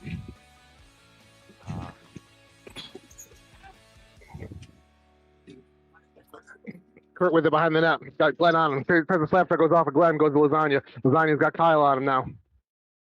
We got George out in front and Sidor in the paint. That was blocked by 2 blue jerseys there. I don't know if they both get credit. Sidor bats that out of the air right in front of his goalie. Sidor got Kurt on him. Again, that's a dangerous combination of players right there. Kurt wins it. Tries to get in front to George. Or is that George? I don't know. Somebody with a helmet. Over to Kyle. Kyle takes a long shot that goes right in the midsection of Mark. And it almost circles in. It is George out there, by the way. Wait for the whistle. Dark blue puck. Sidor with it. He may try a long shot. He does. Mark turns it to the corner. Lasagna with it now. He's got Kyle playing off, respecting that speed. Lasagna makes the decision, tries to get in front. Almost deflected into Brandon there, but deflected and slowed down. Kyle with the one-time attempt, and it gets broken up. Yeah, great block Lasagna by Steve. going the other way. 3 minutes remaining here. This is still the first period, right? This has been a very entertaining first period. Sidor and George going at it. Sidor puts it up into the corner. Sweep back on the floor. Got Glenn on him. Sweet's making some decisions here. Glenn blocks the pass. Sweet lets him know that he appreciates that. Sweet gets over to Kurt. Kurt with the one-time attempt gets broken up by Sidor. Sidor going the other way. He takes a second one off Mark's mask. And Brandon with him stretching out to make that save. Kyle with it now. Sidor in front. AJ back on the floor. Goes a little bit wide. Sidor tries to send it back to AJ. AJ's got a little bit of time. Sweet's closing. Quick pass shot over to Kyle. Kyle tries to finish it, but can't. Kurt hacks it into the corner. Kurt tries to send it up the boards, but John's in his way. Damn it, John. Sweet over to Brendan. Brendan tries to return the favor, but goes up into the stage and out of play. Yeah, we're going to get a 2-line change here as Leduc and Venero come out to finish this period out.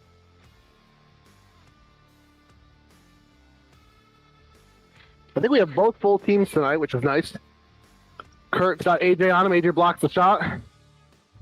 Little Leduc almost gets his pocket picked, but he takes it back. Leduc and Sweet going at it. Sweet brings it into the offensive zone. Brendan on him, or Brendan with it rather. Tom blocks that pass into the stage, and it's going to be light blue puck. Interesting fact, Pan Amherst, all their players have been here every week. They have nobody's missed a game. Just Mark. Mark has missed one. All their floor players have been here every single game. I mean, that's what I was referring to. So, I just don't I don't miss an opportunity to correct you. The Duke has Glenn on him. Sweet's cheating for a double team. Double team comes. He finds AJ wide open. AJ turns and thinks about shooting. And now he shoots low angle, goes behind the net. Kurt with the slap shot the other way, and Leduc might get credited for a block on that one. Sweet tries to center it over to Brendan. Brendan puts it on net, but Brandon easily covers that one up. Leduc takes a long shot. Laser of a shot, but just goes high. 30 seconds to play in the first period. Tom tries a long shot. Funky bounce in front of Mark. Kurt wisely just clears that one. He had AJ behind him. Tom over to Leduc. Leduc one time. How do you one-time it from your own three-point line that fast, that accurate? That was a laser from what you said, his own three-point line. And I don't even think Mark saw it. I didn't see it, and I'm standing here. Yeah, I mean, I think every part of that was a laser. The pass from Tom, the shot, everything. That puck did not stop for a second. No, and the accuracy and the distance from that range is just impressive. It's always difficult when you're in 20 seconds remaining in the period and you allow the tie-up. It's kind of a deflating feeling going into the intermission there. So we'll see how Pan Amherst handle that as we got a 3-3 game here now. Yeah, that's a good point, Brian. I'm not a big momentum guy. I don't love momentum. I don't play with a lot of momentum, I don't think. But that goal with 20 seconds left, how do you think the Amherst are feeling right now? Is that a backbreaker? I mean, it's only one period, but holy cow! No, I don't call it a backbreaker. But you just had a stellar period against, with multiple milestones. You got a lot of people that have things to play for on that, and you held them. You held them, and your goaltender was playing solid. And so it just takes a little wind on your sails. So I wouldn't say a backbreaker, but it changes the conversation in the hallway going into the second period. Yeah, maybe backbreaker's too strong. I think you're right, especially it's only one period. But 3-3 game. Leduc is calling out Houday. I don't know if the Bengals are playing, but the wrong sport, wrong season, wrong city. But he found the right net.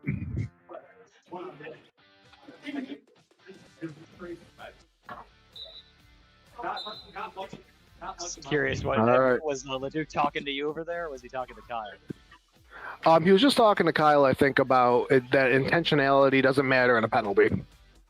Oh. He said that if he lifts his stick up and hits somebody in the face, even if he didn't mean to, it's a high stick. So it was very emphatic. Leduc and George will take the face off. Rob and Lasagna with George. Tom and Kyle back on the floor for the first line for Napster. Goes win over to Kyle. Kyle tries to get over to gets over to Tom, but Lasagna steals it.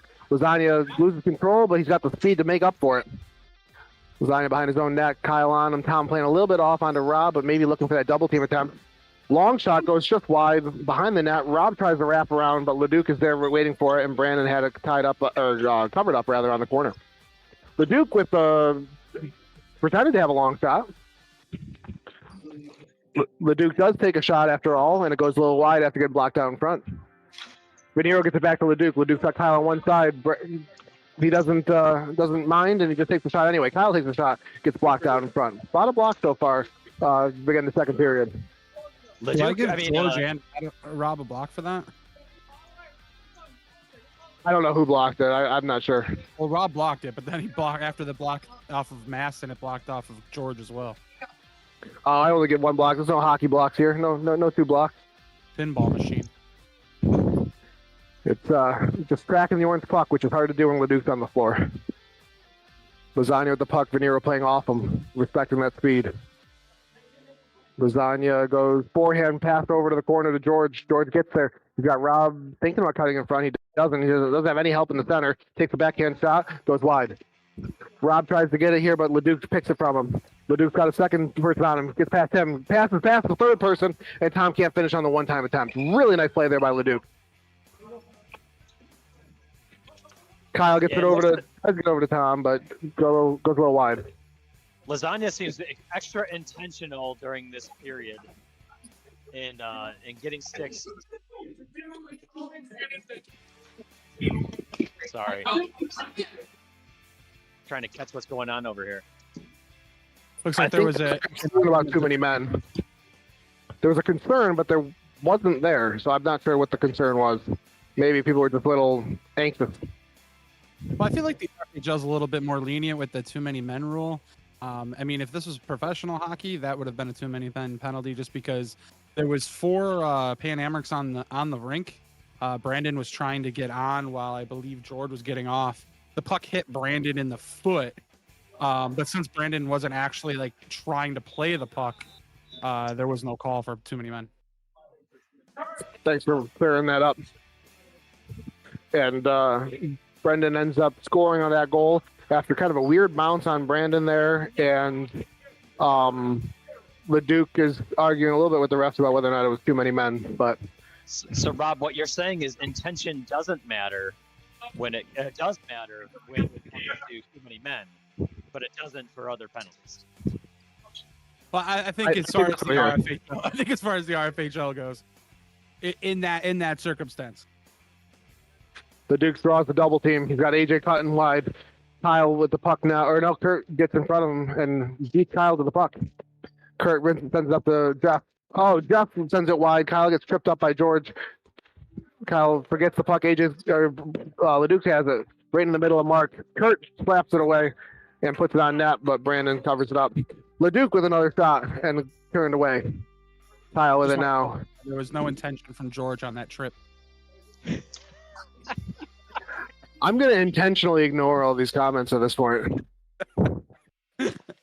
Oh, great centering pass there by Sweet. Just a little bit out in front of George there. I don't know if his stick got tied up by Kyle or what happened there, but just a little bit out of his reach. Sweet with it now. He's got Leduc on him. Reflecting that forehand. Thinking about between the legs. He does go between the legs. Going the other way. He takes a quick shot. Finds the middle of Mark, though. George going the other way. Doing a little bit of a dance. The tango. The waltz. Kyle with it now. Over to Leduc. We got to start calling Leduc the Artful Dodger over here. He's just picking pockets left and right. And now he's picking a spot on the bench. Glenn putting some defense on. Snyder coming out like a bat out of hell. Slows it down. Jeff on him. Mark turns another one away. So, Rob, how many saves does Mark have so far? He's at 6 saves already in the first 5 minutes. Yeah, I feel like they're finding the center of him quite a bit. Like he's hitting that chest protector a lot. Sweet's got George open in front. George snatches it out of the air, but can't finish the shot as Brandon closes off that angle and takes it from him. I'll tell you, Brandon's having a game here right now. Yeah, he really is. I don't know how many saves Brandon has, but it doesn't even matter save-wise as much as it's like his positioning. You know, he's making the Pan Americ work for it, and he's got some faith, I think, in his teammates to block the easy ones. You know, so he's able to move a little bit more, you know, with those blockers out in front. Yeah, I'd say his lateral movement this game seems much improved. So, good job on his part. Let's see if he can maintain that through the second half of this period and into the third. Here comes an announcement strength, but no, Brandon turns it away. Really nice position there by Brandon and sends it into the corner. Rob tries to make a move on side, or Rob tries to wrap around with the backhand. Doesn't work. Mark easily covers up the other way. Right now, Pan Americs are possessing. Rob with a long shot goes off in the middle of Brandon. Glenn going the other way, chips the head away from Rob, but not away from Mark. Lasagna takes a long shot the other way, bounces and smartly gets into his own net there with that weird bounce off the back wall. This is where they have to take advantage of the line right now. They don't have Kyle, they don't have LeDuc, and they don't have Tom out there right now. So you got to make something happen and score. As you say that, Sweet goes onto the bench. Brendan comes on. So we got Lasagna, Brendan, and Rob on the floor for the Pan Amers. Lasagna makes a move at Sider with that's a block. That counts. That's going to be a welt tomorrow. That follows the Owie Wowie rule. Mark covers it up. Brendan sends it the other way. Sider chips it away from Lasagna, but Lasagna gets there first and possesses. Sider tries to make Lasagna's life difficult, and he does, breaks it up, but Brendan retains possession. Brendan tries to get back over to Lasagna, but Sider picks it off, making a move here, trying to do it all on his own. Oh, he tries to pass to Glenn. Great look, great pass, but just can't connect on that one. Good defense, good back check there by Brendan. Sider with it again. Lasagna back on him. Puts it a little bit wide, and Mark easily freezes that one. This seems like a long shift for Sidor, AJ, and Glenn. Absolutely. Yeah. I think I'm looking at the Napster bench right now, and they're not hunched over. They're breathing fine. I think they got some fresh legs ready to come out. AJ with a big block on Rob.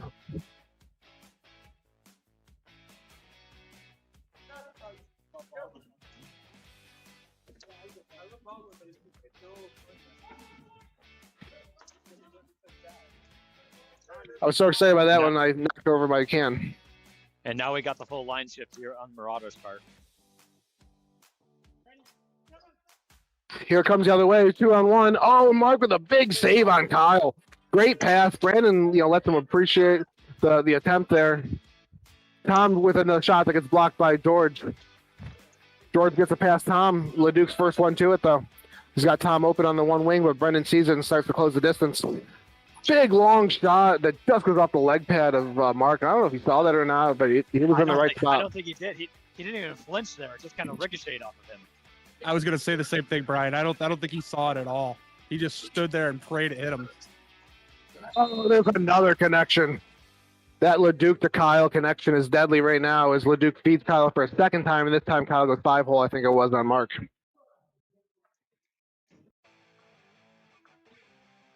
Yeah, just a great pass there. I was going to comment earlier. LeDuc had a rare kind of off-target pass to Tom, who's up at the point, and Tom had to spend about 2 seconds kind of resettling things down, and it took away from the sneaky opportunity for the long shot.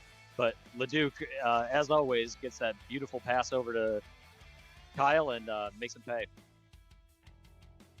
AJ gets it up to Tom. Tom's got Lasagna on him.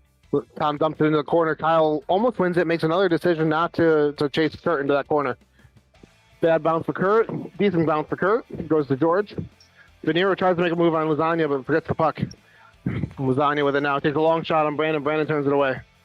Kyle's got it now. George on him. Kyle takes a long shot. That Mark lets up a rare rebound there on that type of a shot, and Tom makes him pay. Just a bouncing puck there from Tom as he kind of whacks at it, and it goes 5-hole on Mark to take the lead.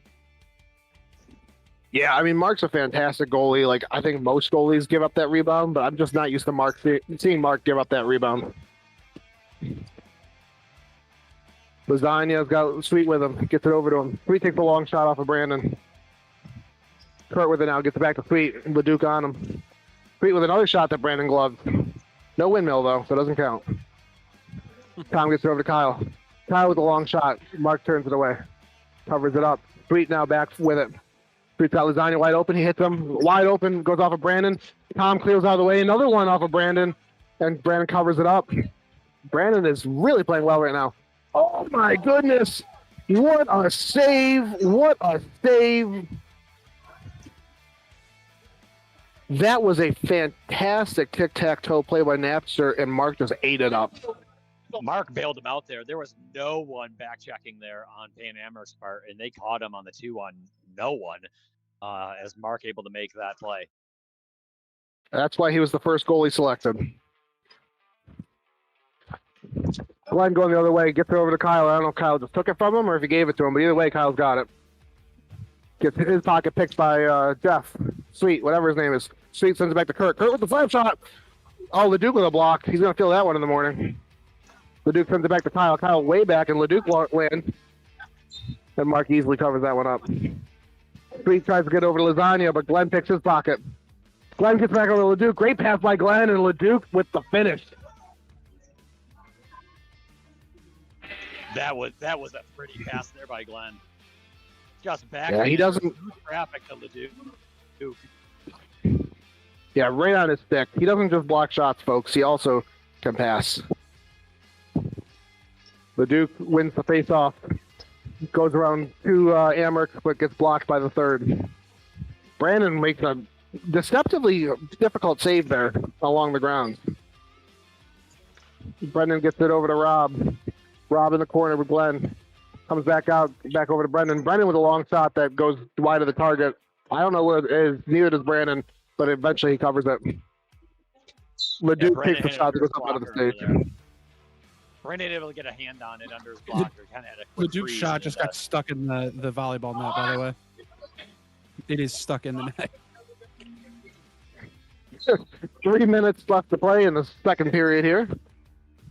Leduc makes a move on Sweet, or tries to steal from Sweet.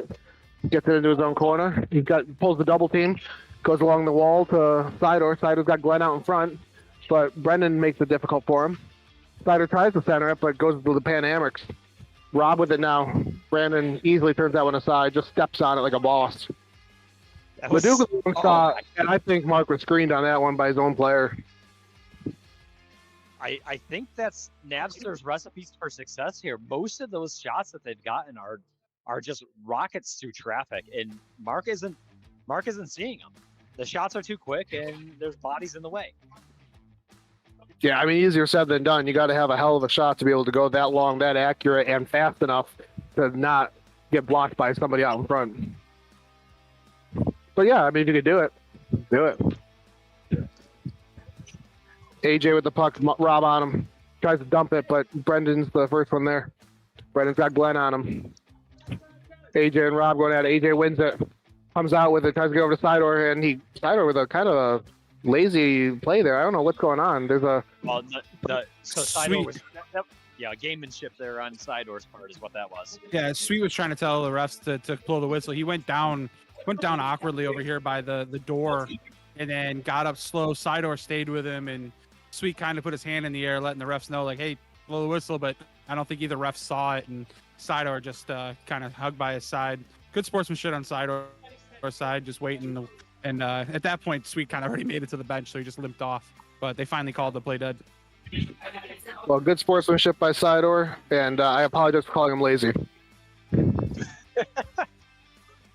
Pan Amherst trying to tie the puck up in front. Kurt kicks it away, and then backhand shoots it out of the way. Sidor is the first one there, though, and gets it over to AJ. AJ tips it into the corner, but Kurt's the first one there. Kurt sends it back up to Brendan. Brendan's got AJ making his life difficult.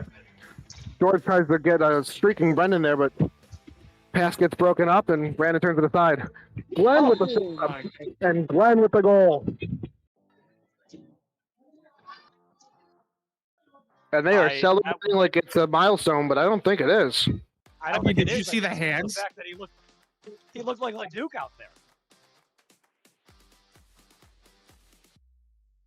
I mean, it's a great goal. I was feeling self-conscious that I missed something. No, it was just beautiful. And just like that, it's an 8-4 game with 45 seconds to play in the second period. Let's see if George can even it up, and not even it up, but make up some ground there. And he also gets a cheering section on the stage. I think it's mostly just the Fredman love. Yeah, I mean, I had Glenn on my road trip team. Does that count for anything? Am I going to get Fredman love? I think the Fredmans are the audience of the century. I mean, it doesn't matter what team you are, they're going to cheer. I'm here for the love. We need more love in the world. And that just went off of Mark's helmet there as that ricocheted into the stage. 1 second to play, and that's the end of the second period. 8-5 in favor of the Marauders. Brian, if you're the Pan Amherst, what are you doing to get back into this one? Oh, and I mean, honestly, I don't know. They just really you were talking about backbreaking, and I feel like that might have been a backbreaking period. You have your number one, your captain go down. Kind of looked like the wind was out of his sails there. Napster is just sniping from any spot that they pick on the floor. And it's not just from Leduc. I mean, you're getting Kyle doing it, and Glenn is over there with the nifty mitts, deacon left and right, putting beautiful ones in the back of the net. So, I mean, Napster's making you pay from anyone that's on the floor right now. Got a little insight from Sweetmeat's agent on the stage here. Sweet's playing with an injured foot going into this game, so kind of nervous to see how the third period plays for him, because it looks like whatever was injured prior to the game, he probably hurt even more going in the corner here. So a little more inside information on that. I saw the pick in Firestorm chat this week. He looked to potentially have a broken big toe, I think on his left foot. It's tough to tell. It was really bruised around the joint. He was asking for recommendations from Sweet and myself, from 2.0 and myself, who have had similar injuries in this league. And there's really not much you can do about it. You just kind of got to let the swelling go down and hope for the best. So he's fighting through that right now, and it looks like it's kind of eating away at him into the second period here of this game. I mean, it's not his dominant foot. I don't know what the problem is.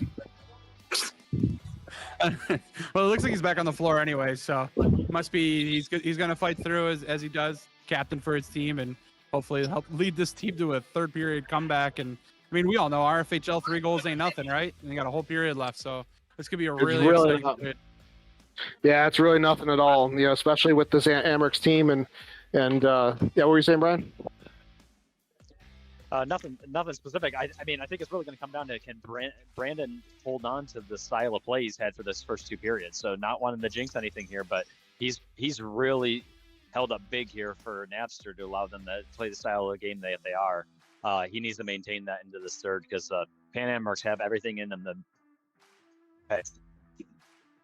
And as you say that, he turns 2 away. Good centering pass there by George over to Sweet. He's faced 30 shots so far between the first and second period, so he's definitely playing great. I mean, last period, though, Mark took 21 saves. So Mark got lit up last period. Yeah, the Amerks need to step up their defense here a little bit, but I think those shots will fall. You got to go defense first. And as I say that, you know, breaks up Kyle's pass attempt. He tries behind the net, but it goes a little bit high on him. George tries to go send it the other way, but Kyle intercepts it. He tries to send it over to Tom, but gets broken up again. This time going the other way, 2-on-1, but just goes a little bit in front of Sweet. Sweet gets it back to George on the point. George has Kyle on him. George makes a move backhand on Kyle, and he tries his backhand attempt, and oh, that was dangerous. Probably easier than it looked, but holy cow, that looked dangerous to me. Brandon watched that the whole way. His eyes never left the puck.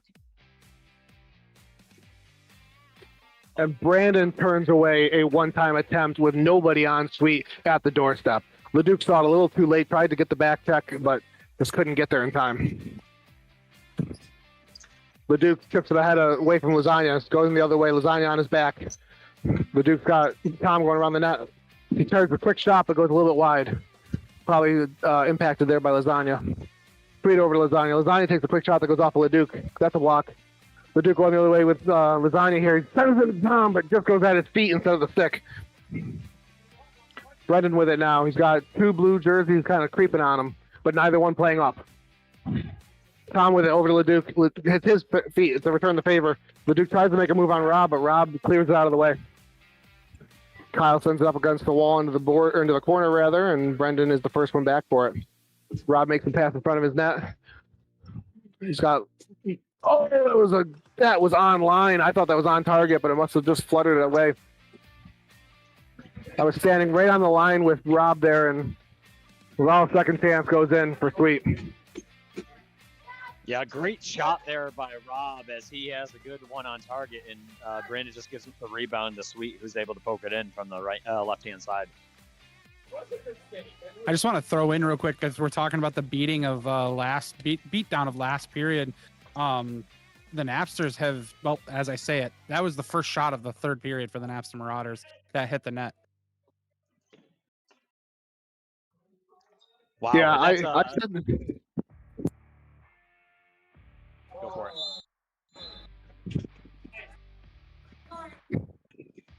Well, Rob makes them pay from deep. folks. 8-7 now, and still in favor of the National Marauders. But if you believe in momentum and if you play with momentum, it's got to be on the Pan American side right now. Because 11 minutes and 40 seconds to play in the third period is a ton of time. Kyle says, "What momentum?" as he steals it from Rob. Got Glenn cutting in the middle and AJ on the point. Gets broken up in front. Back to Rob. Rob with another long shot and gets broken up in front. Glenn's got it now. Coming up along the boards, shifts it up ahead of George, but Rob's the first one back to it. Rob makes a move, backhand over to George. George has Sweet on the doorstep. Brandon turns it away. AJ with a shot that almost trickles past Mark there. Hits him with the changeup. Glenn sends it back over to AJ. AJ's got George on him. He's got a streaking side or it was a good play there, but broken up. Mark turns that one away. Snyder's the first one to it. Snyder takes a quick shot off of Mark. Rob pretends to slap at the puck there. Snyder had AJ wide open in front, but didn't see him. Glenn's got a 2-on-1 going the other way, though, and Brandon stands tall, and then the back check comes, and then AJ the other way, and Kurt cannonballs into him.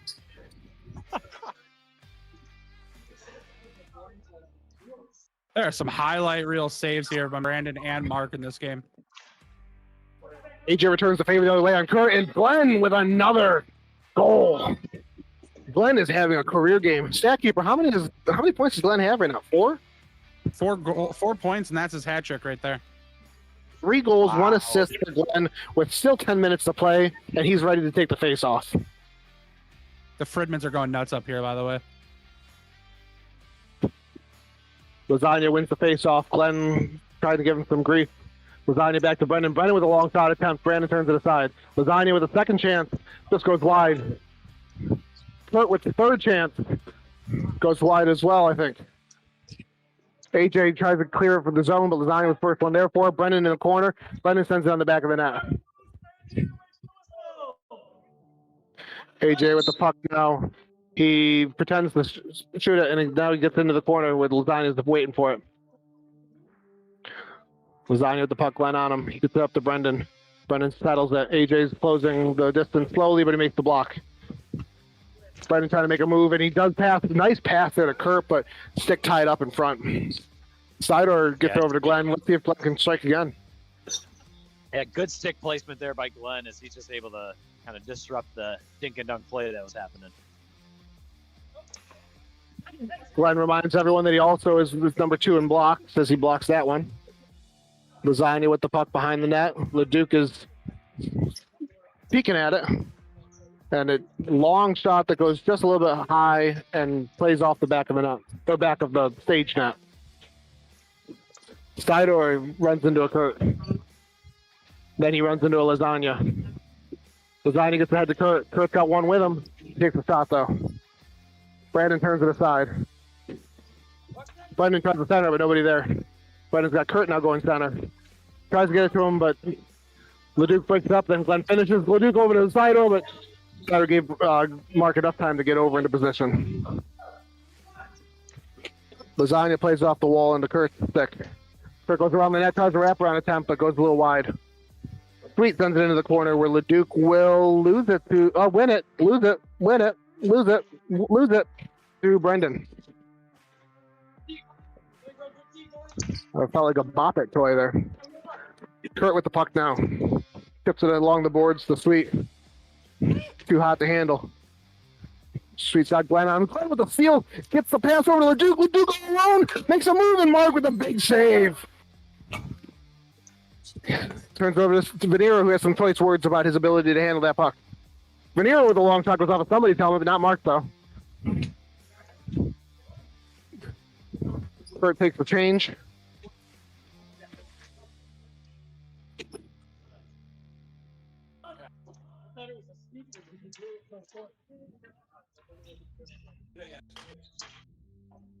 Little confusion here on the Rust part. It sounded like they wanted to get a high stick there on the ricochet that happened, but the whistle blow was so short that they thought it was a sneaker squeak instead, and I think they just let it play through. Sweet with the shot. Brandon gives up the rebound, and George finishes. And Back that to a 1-point game. is a 1-goal game, 9-8.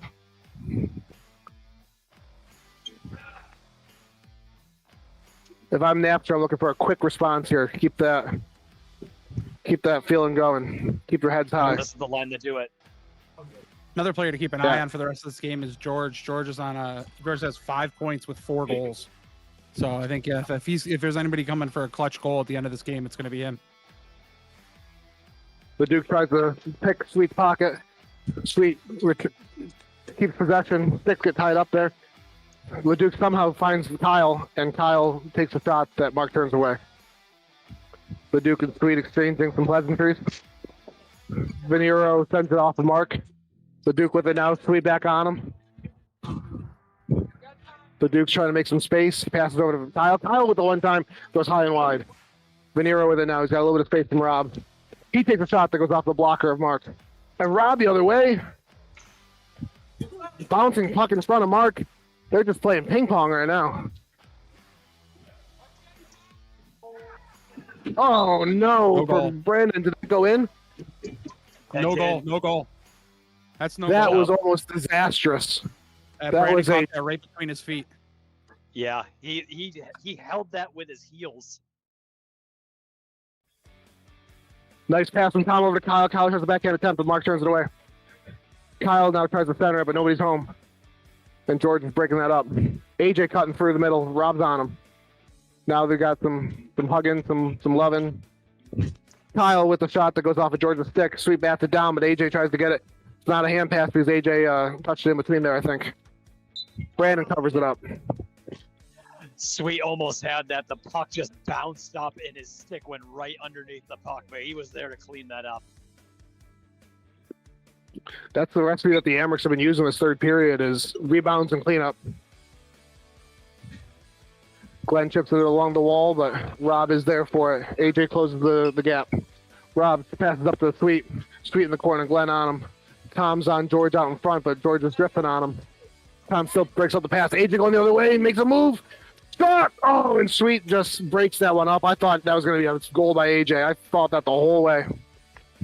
And instead, the other way, George takes a shot that Brandon turns aside. Rebound was a little too hot for George to handle his own rebound. He's not Angel Reese. Sweet with the puck now. He's got Glenn on him. I like this matchup, the Sweet and Glenn matchup. Oh, Sweet gets that pass through, and Tom almost goes 5-hole on Brandon with breaking that pass up. Tom takes a shot that goes just a little bit high. Napster really has to find the target right now. Straight back to Rob. Rob with a long shot that goes wide. Goes on the back of the net, and it should be Napster puck. We got 4 minutes remaining here in the third period, with Pan Amherst having all the momentum. That one I don't think Mark saw either. It just skated past the outside of the net. And oh, Glenn, killer, with another goal.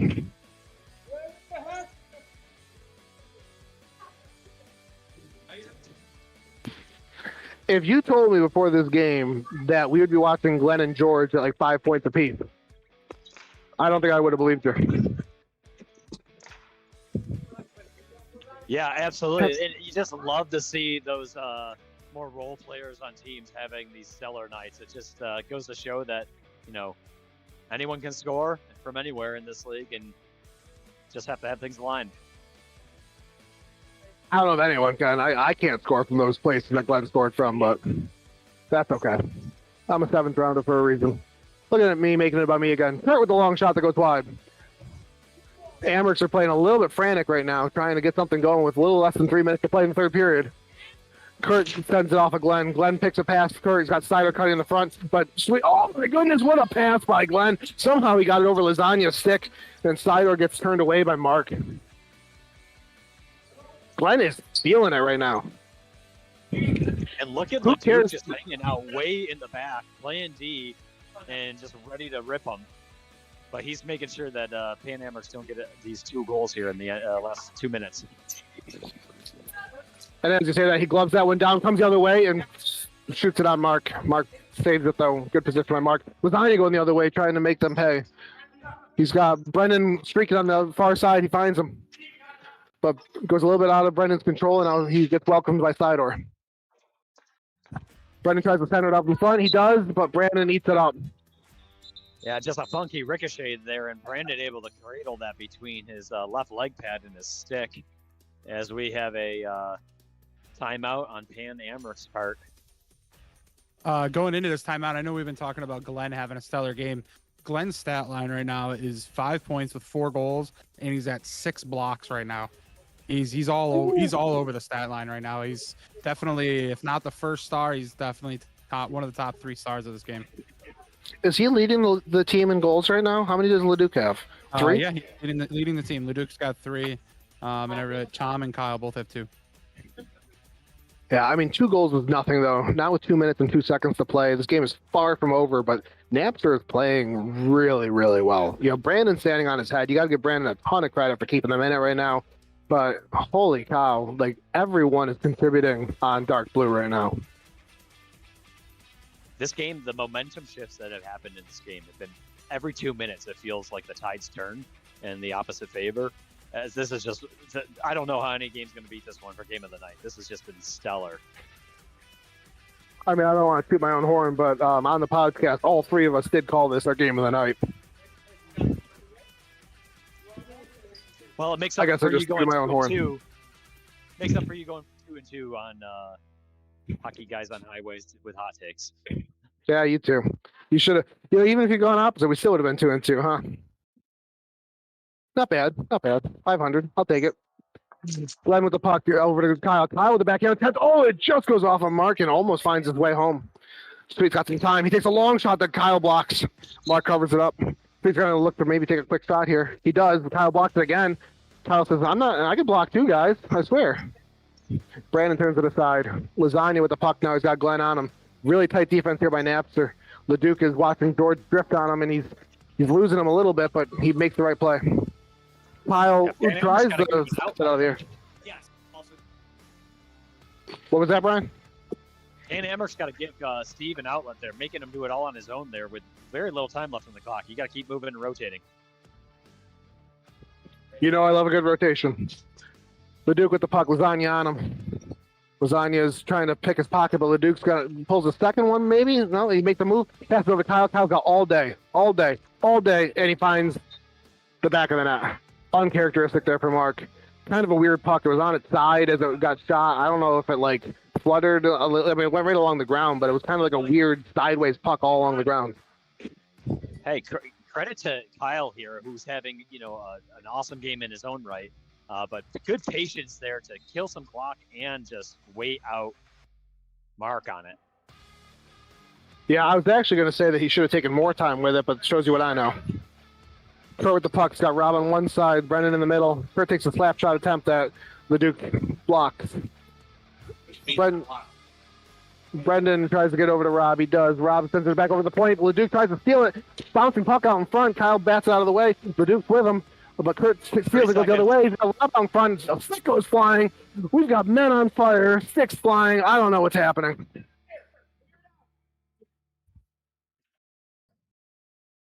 Leduc goes the other way. There's the man on fire. And Kyle gets turned away by Mark. Back over to AJ. Trying to spread the love here. 10 seconds. We'll see if AJ just eats it. He will send it over to Kyle. Oh, just turned over by Brendan. Brendan takes a shot that goes wide. 3 seconds left. They should just make, smart decisions here. And they do. Time expires. 11-8. Napster Marauders pulls the upset. 2 upsets in a row to start your Week 7 games. Yeah, just great 2-game stretch there by Napster, as they are making a name for themselves here in the middle of the season. Yeah, I mean, we talked about this a lot. Yeah, I would love to see 3 upsets tonight. Maybe not 4, because I didn't pick Michael Scott in the 9:30 game, but 3 upsets would be just the right number. Yeah, I'm not feeling comfortable with how the trend is going tonight for my game at 9:30. All right, well, I got to go get ready for that 8:30 game. It was a pleasure calling with you, Mr. D'Angelo and Mr. Mayor. I'm glad that it's Wednesday, and I wish it could be Wednesday all week.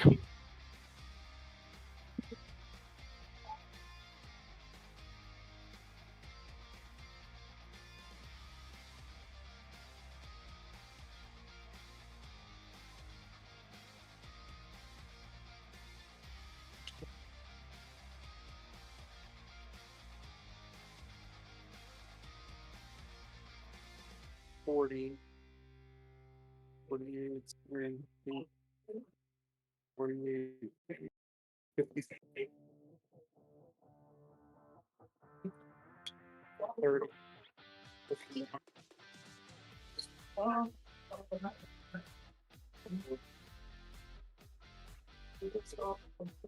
And who had the most points for us? For you guys, most points, George.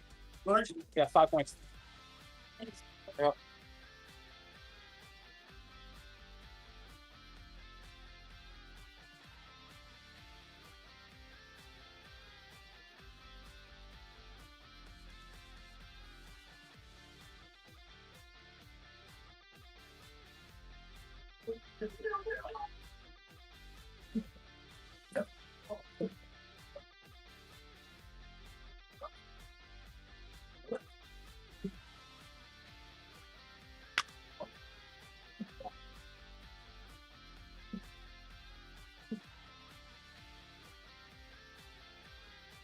Ellen, you ready?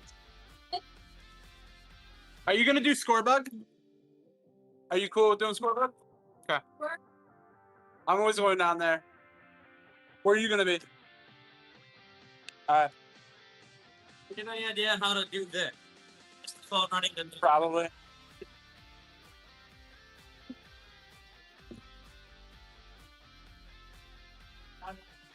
I don't know. I don't know who's one with it. Brandon's. Brandon. It's all. Oh, no.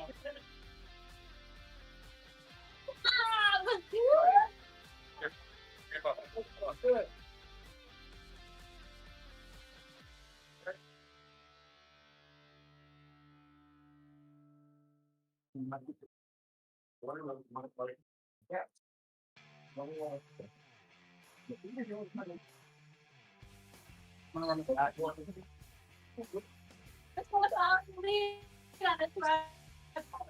You got it.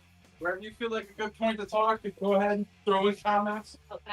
I'll I'll just, try not to be overbearing. you're good. You just play my play. I'll just be like, whoa! Yeah, if I pause for a second, I'll talk a lot. Okay, So if I stop for a second, it'll be an opportunity if you have something you want to throw in there. I would have done. will do. Awesome. I'm excited. Thanks for letting me do it. Oh, of course.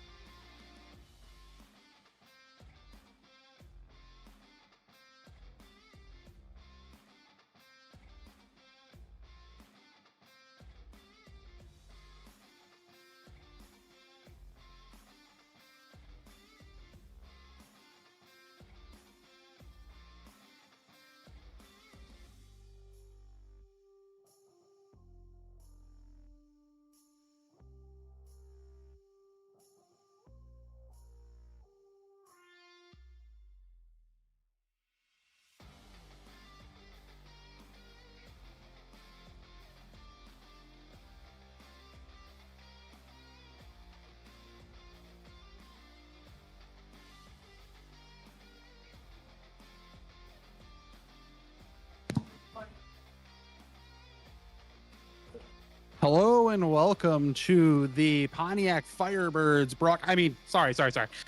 the RFHL broadcast of the 8:30 game. This is the fourth Firebirds broadcast I've done in a row, so kind of just accustomed to calling the Firebirds games. Apologies for that. But tonight we've got the 8:30 RFHL game with the Pontiac Firebirds taking on the number 1 seed Blockbusters, who are 5-1 right now.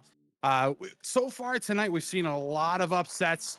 We've seen the Bugaboo Creek Freaks drop a loss tonight, and then the Pan Amherst right before this game drop a loss to the Napster Marauders. Does the trend keep going? Not too sure. Let me see if my color commentator, first time ever, everybody applaud who's watching the stream. Ellen, how are we doing tonight?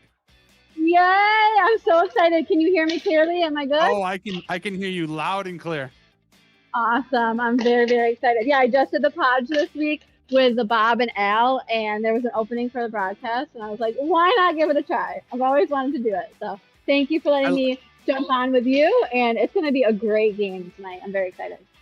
Yeah, I think this is definitely going to be a good one. I mean, the Firebirds coming off of a loss last week to Napster Marauders, I think are looking to try and get back in the win column here, but they got a tough one ahead of them. I mean, the Blockbusters have only dropped one game this week or this season. I'm pretty sure the only game they lost, they were short a couple key players. So they're definitely a team to beat at the moment. And I mean, what do you think the Firebirds can do tonight with their, it looks like, full roster, I believe? Yeah, I'm excited. Got a full roster tonight. Which is awesome, because usually this whole season we've had at least 1 or 2 players out for these teams. So I'm most excited for these goalies. It's going to be a great matchup with them. I'm excited to see some awesome pass plays and cut-ins, and that's just how they're going to score, because if they try to score from the point, they're just going to get blocked, because these goalies are awesome. So we're going to see some great plays. I'm guessing we're going to get a play of the week from this game right here. So it'd be fun to call it. Now, I just want to make sure you're comfy and cozy over there, Ellen, because be prepared for an overtime game tonight. The Makarchuk and Kazmark have a very quiet, heated rivalry in the RFHL. There's no beef between the two, but for some reason, when these two goalies go head-to-head, the games are always decided by 1 or 2 goals, and I think they've had at least like 4 or 5 overtime games. Last season, there was 2 games decided between these two that went to overtime. So just get comfy and cozy over there. We might see an overtime game tonight. Extra hockey, I love it. I don't think we've had an overtime game so far this season, so this would be the first. Yeah, I don't think so. Yeah, I believe this would be the first one if there is one. So speaking of full teams, it does not look like British Brian is on the roster right now. I don't see him out there. I'm seeing Firebird short Brian, but Blockbusters definitely has a full bench. They're already ready, willing to go. They've got rookie Rockefeller out there with Newberry and Schmally ready to start this game. And I don't know who Firebird's going to start with. I think they're trying to figure out their plan, but we got to get this game on the road. We're running a little bit behind here. It's 8:35. This game should have been started already. But hopefully we get rolling here. Key things still keep an eye out for. Oh, British Brian is here. I guess he's running on British time. So.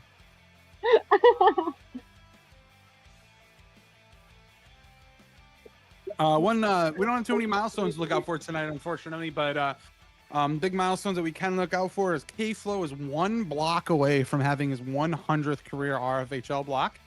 So shout out to K-Flow. I've got a couple of his milestones so far this season, so we'll see if he can reach that milestone. Schmally and Reddit right now are neck and neck this season with the most goals. Schmally has got 25 goals on the season. Reddit has got 26. So tonight could be the race to 30. Who's going to be the first RFHL player of the season to get to 30 goals? Is it going to be Schmally or is it going to be Reddit? Place your bets right now if you're watching on YouTube. I don't know where the link is for the betters.com or whatever it's called, or I don't know where they bet on YouTube if they gamble at all. But if you are watching, make sure you like, subscribe, follow the YouTube channel. You get notifications for podcasts. Every Tuesday, the podcast drops talking about last week's recap, preview for this week, and some other goofy conversations that we have in between. Alan, did you have a good time on the pod? I think you did a great job. I had such a fun time. It was a blast, and I can't wait to be invited back. Awesome. I love to hear it. Well, here we go, ladies and gentlemen. The 8:30 game's about to get started. Sweet Me and Kurt is our referees tonight. We got Bill Smith, the Bob, without his eye protection tonight. And Brian D'Angelo, who was missing last week, is on the floor. And Brian D'Angelo starts the game. 5 seconds into the game, the puck drop. Bill Smith with a clean win. And D'Angelo, who was missing last week, has put the Firebirds on the board 1-0. What a quick start for the Firebirds. I know we've had some quick goals. That might be the quickest so far this season. I feel like I have seen, whether I'm broadcasting or I've been on the floor playing goalie, I've seen so many quick starts with less than 7 seconds into the game. Foes had one when I subbed for a dump and chase. I think Foes might have actually had one that I broadcasted. Just quick goals all around. A lot this season I've seen. I think I've given up at least 3 in the first 5 or 6 seconds. Yeah. Sweet just let me know that the Foes has had at least 3, so. All right, cover for Kaz. Noobs with the puck. Throws it down deep. No one's there. Rockefeller gets it back to Schmally. Schmally with a quick shot. Save by Matt. D'Angelo with the puck. Rockefeller gets it over to Schmally. Schmally, ooh, doesn't get all of it. Bob with a breakaway. Bob trying to corral it. Oh, Blockbuster with a great back check. Shutting that down. Bill Smith with the puck. Throws it off the wall to the front of the net. Rockefeller's got it. Throws it over to Schmally. Backhand. Saved by Matt. Schmally with the puck. Looking for somebody. Possesses it. Takes a quick shot. Knocked down by Bill Smith. Wide shot by Newberry. D'Angelo takes a shot. Blocked by Westgate. Schmally with the puck. He's got time. Newberry's telling him, I'm open. I got space. I got time. Over to Newberry. Quick shot goes wide. D'Angelo with the puck. Lots of time. Takes a shot. Deflected by Bill Smith. Almost in the net. Great save by Kaz. What a save by Kaz. That was great. Schmally takes a shot. Just goes wide. Down to Bill Smith. Bill Smith's got Reddit crashing the net. He tries to get it to him. Bill Smith just puts it in himself. What a quick shot by Bill Smith. Yes, Bill.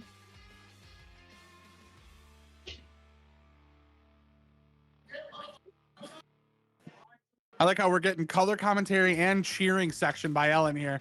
This is a great combination here. I gotta shout out the new rookies though on the Blockbusters. They've been killing it this season. It's Adam and Matt. They've been so fun to play against. Oh, and Schmally gets on the board. 2-1. The Blockbusters have found their way on the board, and Schmally is trying to get ahead in the race here with Reddit. And Schmally's at his 26th of the season. 12-15 left to go in the first period. We've already got 3 goals. What an electric game we got here.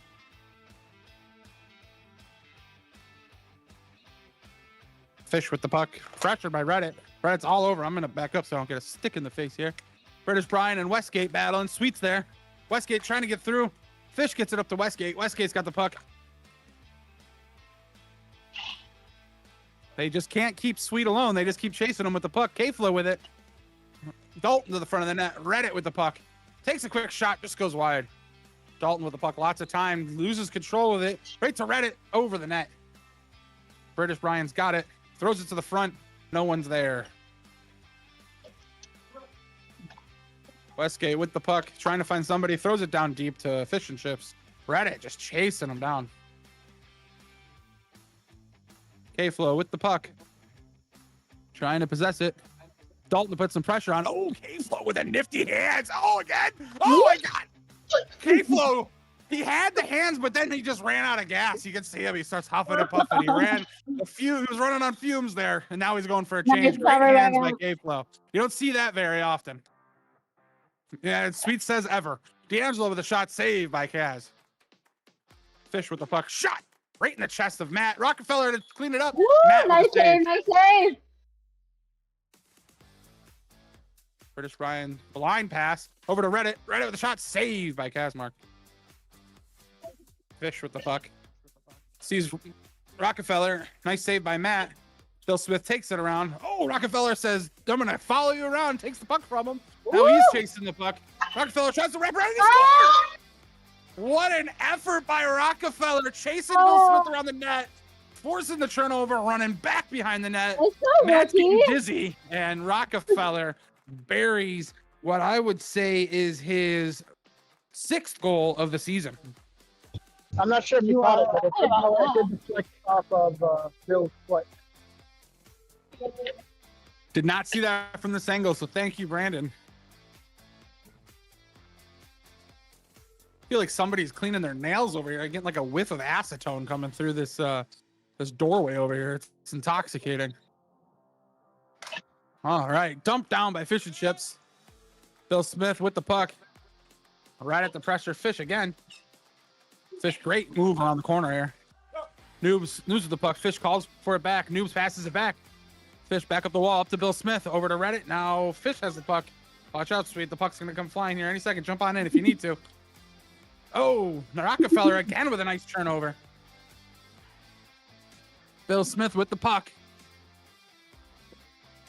D'Angelo throws it down to Reddit, just over his stick. Reddit and Fish go in the corner. Reddit comes out victorious with the puck, but Fish is not giving up, battling for that puck. Gets it back. Now there's a double team on Fish. Fish is just winning this fight. Battles through Bill Smith. Fish just hustling right now. Everything he's got. Takes a quick shot. Glove save by Nice Matt. save, Matt. Reddit over to Bill Smith, but Oh, Fish nice is on it move. again. Oh! What a back check by Fish. What a back and forth game. Bill Smith getting pressured by Noobs. Bill tries to throw it from the net. No one's there. Nice. Shot by Fish and Chips. Saved by Matt. Rockefeller's got it. D'Angelo, quick shot. He scores! This is D'Angelo's game. He's killing it. Nice shot by D'Angelo. And this is exactly what the Firebirds were missing last week against Napster. That hustle from D'Angelo and the snipes from anywhere. D'Angelo is on his game and he is back in action. I just want to confirm D'Angelo got that last goal, correct? Yeah. Yes. It was a great shot. Schmally with the puck. Behind the net with 8:11 left in the first period. It's 3-2 Firebirds right now. Schmally with a quick shot. Nice Right into Bill block Smith's by chest. Bill. Bill Smith yelling out weird obscenities. Who knows what he said? Bill with the puck. Possesses it. Takes a quick shot. Knocked down by D'Angelo. D'Angelo takes it back around to the three-point arc. Takes a quick shot. It's on the ground. Bob's got a shot at it. It's loose. Bob trying to get around Newberry. He battles him. Tries to throw it to the front. He's got Bill Smith. Now he's battling Westgate. Bob getting back for the back check. Schmally with nowhere. Throws it off Bill Smith's stick, and it goes in play. It's still good. It's still good. Noobs battling K-Flow. K-Flow up to Bill Smith. Bill Smith throws it to the net. Just goes wide. Westgate and Schmally go for it. Schmally takes out. I'll take it. Takes a quick shot. Blocked by Bob. Nice block, Bob. Schmally with the puck. Tries to throw it to himself off the wall. Bob steps in. Yes, great D. Bob is really holding off Schmally right now. Schmally's looking for an opportunity. Takes it behind the net. He's got possession. I don't know about you guys. It's really throwing me off that the black team is shooting on the goalie that's wearing black. Yeah, it's always kind of like a little bit of a throw off, but all right, sweet readjusting the net here. Kaz's net's a little funky there. Bill Smith with the puck throws it down deep to K-Flow. K-Flow with a wide backhand. Westgate with a shot, just goes low and wide. Schmally's there to pick it up. Schmally keeping the puck to the outside, tries to throw it to the net, just goes wide. Dalton beating Bob to the puck, takes a shot, goes wide again. Schmally with the puck, still looking for options, takes a quick sneaky backhand. Matt's got the ground covered. Nothing sneaking by him right now. Westgate with a shot, just goes wide. Matt's holding down the ground. Nothing's going low. You got to shoot high if you're going to burn them right now. Schmally's still holding on to it. Takes a quick shot, tries to lift it. It's the side of the net. It's still loose. Bill Smith's got it. Firebirds trying to make a quick change. Dalton over to Westgate. K-Flow tries to sneak up on Westgate. Dalton with a quick shot. Snagged out of the air by Archer. British Brian throws it to the net. Kaz makes an easy save. It's still loose. K-Flow sneaks it out of there. British Brian with the puck. Pressured by Westgate. Westgate's got the puck. Over to Dalton. Dalton takes a shot. Saved by Matt. It's still loose. Goes behind the net. Dalton's got it. Oh, can't get a clean pass through. Schmally's got it here. Schmally with the puck. Trying to look for a clean lane here. Ooh, gets it right past K-Flow, but too far ahead. And I think British Brian's going to get a hooking penalty here. Oh, they're going to call slash. Oh, never mind. It's going to be on Westgate. Sorry. Oh, is it Westgate or is it on British Brian? I don't know who's on. I guess it's on Westgate. Westgate's coming over here. He must have known it was him. 424. Westgate's out of the box. In the 3-point arc. Thank you. 424. Yep. So the Firebirds up 3-2. Get a power play here. British Brian with a quick shot. Doesn't get through. Reddit's got the puck. British Brian back at the top again. Takes a quick shot. Just goes wide. Schmalley's got the puck. It's on the back of the net. It's going to be red puck. Zone. Wait for the whistle. Wait. Go back. Gotta wait till the whistle. Reddit's I gonna like start this the puck line at the right top now. here. from the Firebirds. Reddit with a pass over to K-Flow. K-Flow's got the puck. Takes a quick shot. Keeps it on the ground right into Kaz's glove. 4:50 left in the first period. Only about 30 seconds left in the power play. 20 seconds left. 24. 24 seconds left. Nope. 20 seconds left. 16 seconds left. 10 seconds left in the power play. 10 seconds. K-Flow's got the puck. I just said that, sweet. K-Flow's got the puck. Karchuk's got the puck. 3 seconds left in the power play. And even. Good shot by British Brian. Saved by Kaz. And a nice That was a penalty great kill. penalty kill. Crawley with a quick shot. Just hits Fish in the leg. K-Flow with the puck. K-Flow blocks the pass. Tries to get over to Reddit. Just can't get through to him. 4 minutes left in the first period. 3-2. Oh, nice save by Kaz. Schmalley all alone. Just a quick update. Ellen, have you been able to update the score bug every goal so far? Brandon said that he was going to do a score bug, so let's reach over to him. right. Brandon, if you're going to update it. I trust Brandon's been doing it. He's listening on the game right now, so I trust that Brandon's been updating the score bug. Shot goes wide. Shout out to the score bug. Maston did the score bug and the broadcast alone in the 6:30 game. Big shout out. I think we had a bug the other week where Maston was trying to update the score bug and we were running into issues, but big shout out to Maston. No issues this week. Great job in the 6:30 game. Yes, Maston. Wait for the whistle. Bill Smith with the puck. 3:15 left. Brian with the puck. Shot. Reddit tries to get the rebound. Great battle by Fish. Over to Schmalley. Schmalley, the quick shot just goes wide. Rockefeller with the puck. He's got Fish and Chips open. Takes a quick shot. It's loose. It's still loose. Now it's in the corner. Schmalley wiggled that puck loose. D'Angelo, the quick shot just goes wide. Over to Bill Smith. Bill Smith's got all the time in the world. Takes a quick shot. Saved by Kaz. Fish pulling on a double team here. Schmalley with the puck. Back to Fish. Blocked by Bill Smith. Bill. Over to Reddit in front of the net. Nice poke by Kaz. Schmalley with the puck on Matt. Backhand save by Matt. Way to be patient and stay with the shooter. D'Angelo tries to take a quick shot out the freeze. Can't get the shot through. I don't know what just fell off of Fish and Chips there. D'Angelo's got the puck. Takes a shot. Back to Bill. Takes a shot. Saved by Kaz. Still loose. And Brian finishes it. D'Angelo with a hat trick in the first period. D'Angelo's got 13 goals on the season, and that's going to make it 4-2 for the Pontiac Firebirds with 2 minutes left in the first period. Is that a hat trick for him in the first? Yeah, that's a hat trick for D'Angelo. He's got his 13th goal of the season. That is insane.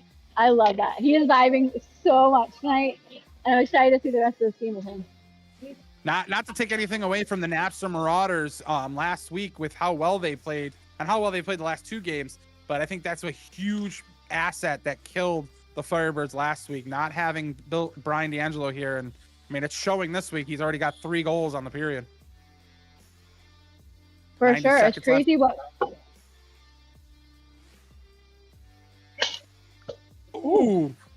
Cannonball takes a taste of his own medicine there and takes a stick to the leg. Cannonball's going. I think Cannonball's going down. He just got hacked. A stick went flying. He had to pull out his Keanu Fru's Matrix moves. Yeah, I think Kurt's a little shooken up right now. He's gonna do the face-off. He's gimping over there. But his captain said, face-off. You're doing it.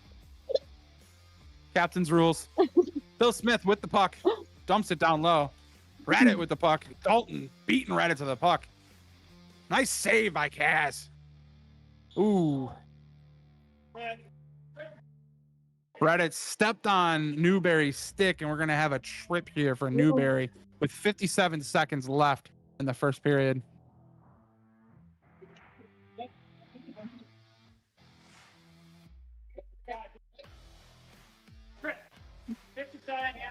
It's a tough call. Definitely an incidental call, but Bill Smith over to D'Angelo. Good save by Kaz. Nice job. Not a trip. It's not a trip. If my stick's in front of me, then he runs through my stick.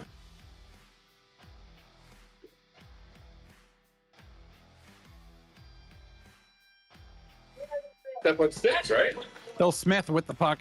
Up, or D'Angelo up to Bill Smith. Bill Smith over to Reddit. Reddit. Oh, are you okay? I'm okay. I'm okay.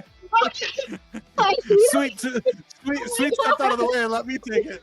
At least we know Sweet's never going to be a Secret Service guy. He's jumping out of the way. Oh, and the refs are just getting. I think Blockbusters did not like that penalty because that's 2 shots on the refs so far. And Reddit nails a goal here. That puts Reddit at 27 on the season. That's going to end the first period, putting the Firebirds up 5-2.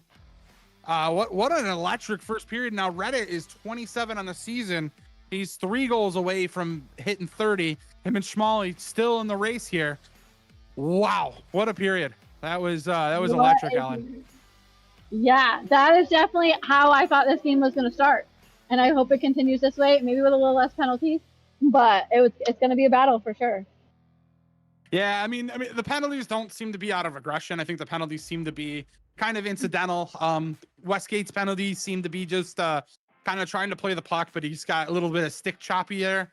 And then Newberry's was definitely incidental, but unfortunately, I mean, a trip's a trip, whether it was on purpose or not. If your stick's in somebody's feet, it's a trip. So, I mean, he came over here and he had some words with Westgate, kind of arguing or had some words with Sweet, I should say, arguing the fact that it shouldn't have been a trip based on where it was and how it went down. But I mean, again, sticks in the feet, trip's a trip.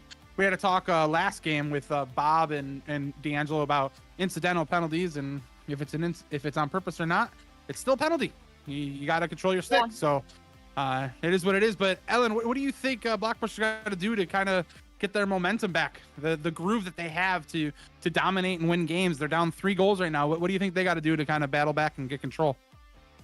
Yeah, we've seen it this whole season with how many wins they have, and so they have their whole team tonight. So I'm excited to see them get their lines out and just start gelling. And we've seen those passes in the past, and we've seen those guys that can take it from the point and shoot right on that. So I'm excited. I think they're gonna get some fire under their butt right now and realize that they're down by a couple, and they're gonna bring this to a close game again. Yeah, excited to see how they play in the second period. I think they're gonna learn. They're starting to learn real quick that they're not gonna be able to get the easy deep shots past Makarchuk. Makarchuk sees those. He's very good at watching the deep shots. What they got to do is they got to get people moving around in front, get Matt moving, and kind of not just garbage goals, but they got to find a way to get Matt out of position and react to those. But the second period is started, ladies and gentlemen. It's 5-2 in the 8:30 RFHL game. Pontiac Firebirds leading the number 1 seeded Blockbuster team. In a great matchup. We've had 2 upsets so far. The Pan Am and the Bugaboo Creek Freaks, the other 2 5-1 teams, lose tonight. So let's see how this game plays out. Brian with a great pass to Bill Smith. Bill Smith just couldn't get all of it and gave a little bit of a fan to Kaz there. Fish with the puck behind the net, slowing it down. Watch out for a signature ripper from Fish. Oh, nice block by K-Flow for his 100th block of his RFHL career. Congratulations, K-Flow, getting 100 blocks in the RFHL. Nice block by Fish. That's one thing that these I'm definitely proud of K-Flow for getting 100 blocks, but I once upon a time saw Haran get almost 100 blocks in one season, and I think Paul did it as well. So still, congratulations to K-Flow. Milestones are flying off the shelves for him this year. I think he should be really proud of how long he's played in the league, and he's finally hitting milestones. So great job, K-Flow. We're real proud of you here at the RFHL. K-Flow, speaking of milestones, with a beautiful backhand pass over to Noobs, who's not on his team. Fish and Chips with the puck. Getting possession over to Westgate through his feet. Oh, nice block by British Brian. Westgate with the puck. He's got plenty of time. Takes a quick shot. Just goes wide. Noobs with the puck. Taking it down deep. Throws it to the front of the net. Nobody available. Fish with the puck. Getting around K-Flow. Takes a quick shot. Saved by Matt. Horowski takes a shot. Horowski and then Horowski again. Yeah. And another save by Makarchuk. Shutting him down. Over to D'Angelo. He's dangerous right now. Kaz with the save. This is a goalie Fish. game right now. These guys are playing insane. Just goes wide. Newberry and Reddick go to the corner. Fish with the puck. Trying to wiggle past D'Angelo, but I'm sorry. D'Angelo's got legs this season. You're not going to run past him. D'Angelo's still chasing him. And Fish with a bomb. Matt's looking at K-Flow right now and said, I couldn't even see that shot coming. Fish buries it to make it 5-3. Blockbusters battling back, and that's going to be Fish's 12th goal of the season. Woo! That was a full court shot through who knows how many blockers. This is insane.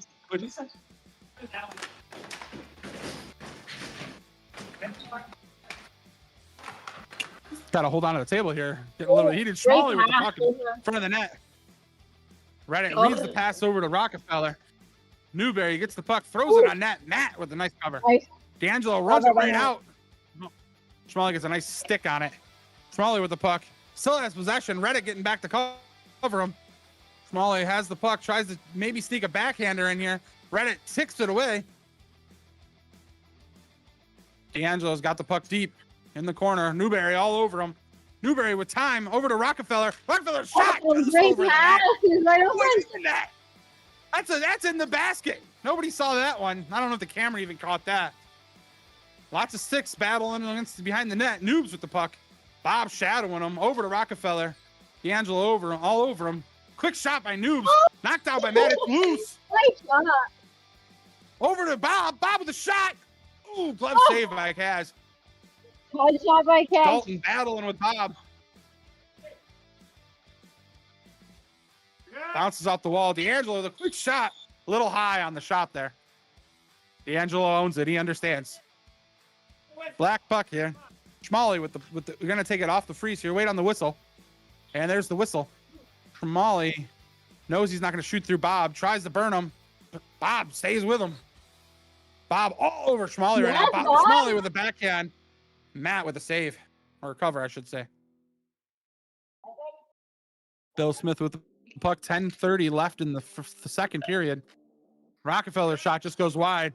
Schmalley with the puck. Takes it out from behind. Tries to get it back to Rockefeller. Just can't corral the pass. Rockefeller with a quick shot. Matt tries to kick it out of the air, but doesn't catch it. Schmalley getting double teamed by Reddick and D'Angelo. Oh, bad pass by D'Angelo over to Schmalley. Reddick steps in. Rockefeller's got the puck. He's got time. Throws it, then it just goes wide. Schmalley's going to get to the puck. Reddick's all over him. Back to Dalton. Dalton takes a quick shot. Reddick's got the puck. Reddick with a quick shot. Saved by Kaz. Bounces up and behind the net. Reddick chases it.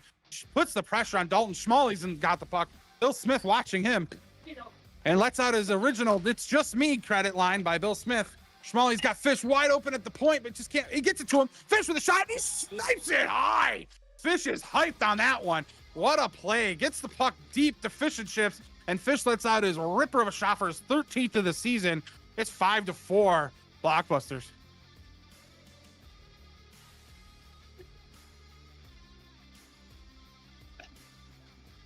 So far, the Blockbusters have quieted down the hot, fiery engine of the Pontiac Firebirds, and it's 5-4 Blockbusters with 2 unanswered goals right now to start off this this second period. Great block by Westgate, Matt there. Schmalley with the puck down low against the wall here. Westgate with the puck, tries to bury it. Matt just sends it to the corner. Westgate putting on great pressure on British Brian. Reddick throws it up the wall to Bill Smith. Fish is all over him. Bill Smith keeping possession against Fish. Bill Smith running around the net, trying to get loose over to Reddit. Reddit with a quick shot, and he snipes it with his 28th goal of the season. Reddit buries it, putting a little bit more of a cushion for the Firebirds. Nice shot, Reddit. Now, Beautiful. Bill Smith. Now, Brandon, if you're listening to me, did Bill Smith get credit for that assist there? I sure hope he did, because that was a great effort by Bill Smith there, running around the net, getting everybody to move, tossing that puck over, and Reddit found a great way to bury it.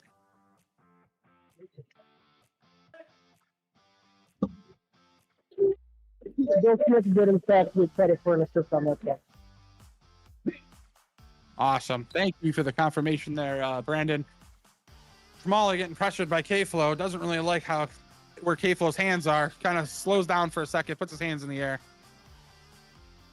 Got a Back blast to by Bruce. Schmally, takes it backhand. Schmally with the puck again, and he hits it off the center post.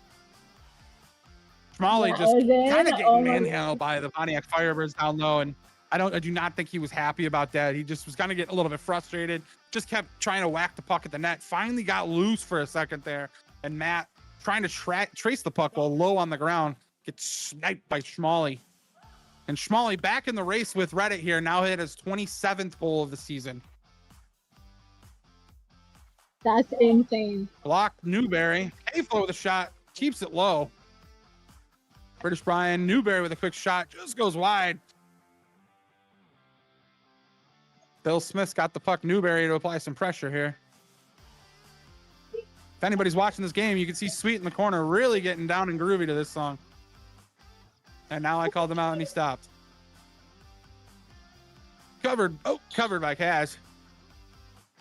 Fish with the puck. Takes a quick shot off the post. Rockefeller with the puck. Throws it up to Noobs. Blocked by K-Flow. If he didn't get credit with his block, he did now. Oh. The helmet of Matt McCartchuck. Get the blue tent ready. That was a rip from Fish. Bill Smith with a shot blocked by Rockefeller. 6:10 left in the second period. Over to Rockefeller. It's in his feet. Oh, and Bill Smith tackles Rockefeller. That's something you don't see every day. Call the NFL. Rockefeller takes a backhand over the net. All right, slow it down a little bit. Rockefeller Slow it down. battling here. Noobs with the puck. Noobs taking his time, not getting a lot of pressure here. Over to Rockefeller. Nice block by McDonald there. 5:30 left in the second period. It's 6-5, Pontiac Firebirds. Blockbuster came out strong in this period, kind of controlled it, and the Firebirds slowed it down a little bit. There's only been, it's been back and forth goals ever since. K-Flow with a block pass, battling Noobs in the corner. It's going to get dicey here. Off the wall, funky bounce, poor Noobs. But back to Noobs here. Now D'Angelo's coming. Back up to Rockefeller. Rockefeller with a rip. Blocked by Bob, and it's a high stick. Just a little bit above the waist there for Rockefeller.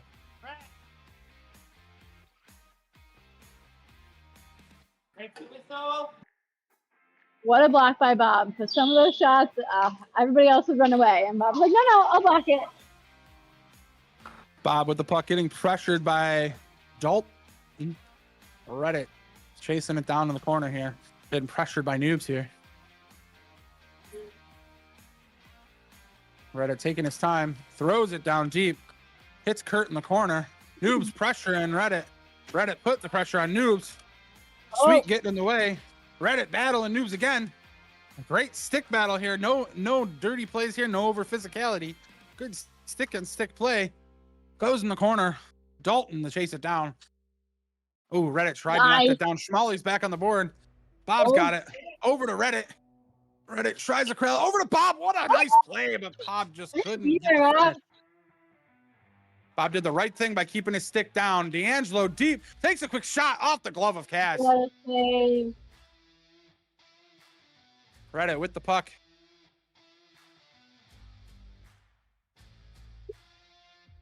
Throws it down deep. D'Angelo takes a quick shot. Gets blocked. Ooh, nice play by Reddit. Quick shot. Nice save. D'Angelo with the puck. Bob going for a change. Noobs trying to get possession to get to Schmally down the wall here. Gets it over to him. Bill Smith on Schmalley. Noob's going for a change, telling Schmalley to hold it, and Matt gloves it with dominance. Reddit, with all the time in the world, takes a shot. Ooh! And Kaz saw that one coming and was able to stand tall and knock it into the bleachers.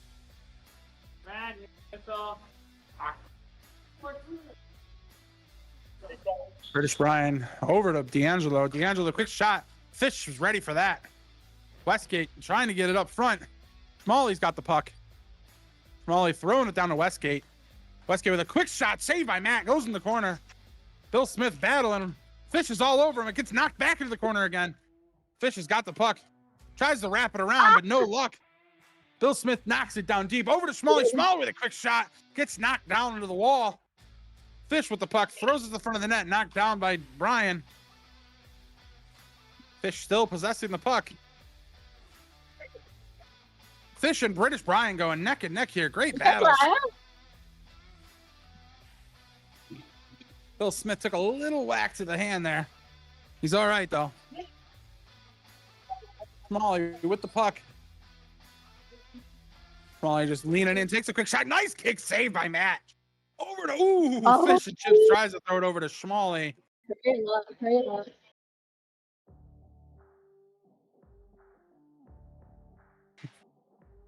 I thought Sweet was going to yell out the 2-minute mark, so I put the mic in front of him, but he's dealing with some cramps right now. So fortunately, he was not able to let out the 2-minute belt that he normally does. We got 2 minutes left in the second period. Haven't had a goal in a while here. It's been quiet. The goalies are playing fantastic. It's 6-5 Pontiac Firebirds with 1 minute and 30 seconds left. Bill Smith running down the side, takes a shot, goes wide. K-Flow in the corner, has the puck. Throws it off the back wall over to Bill Smith. Bill Smith getting pressured by Westgate. Throws it to the front of the net. No one's there. Rockefeller with a quick shot. Nice save by Matt. Ooh, Schmalley tries to throw it over to Westgate. K-Flow over to Bill Smith. Bill Smith throws it at the net. Goes off the back wall. K-Flow's got it. Lots of time. There we go. Rockefeller's got it. Oh, Rockefeller takes a shot, saved by Matt. Schmalley tries to finish it off, but he just misses the net.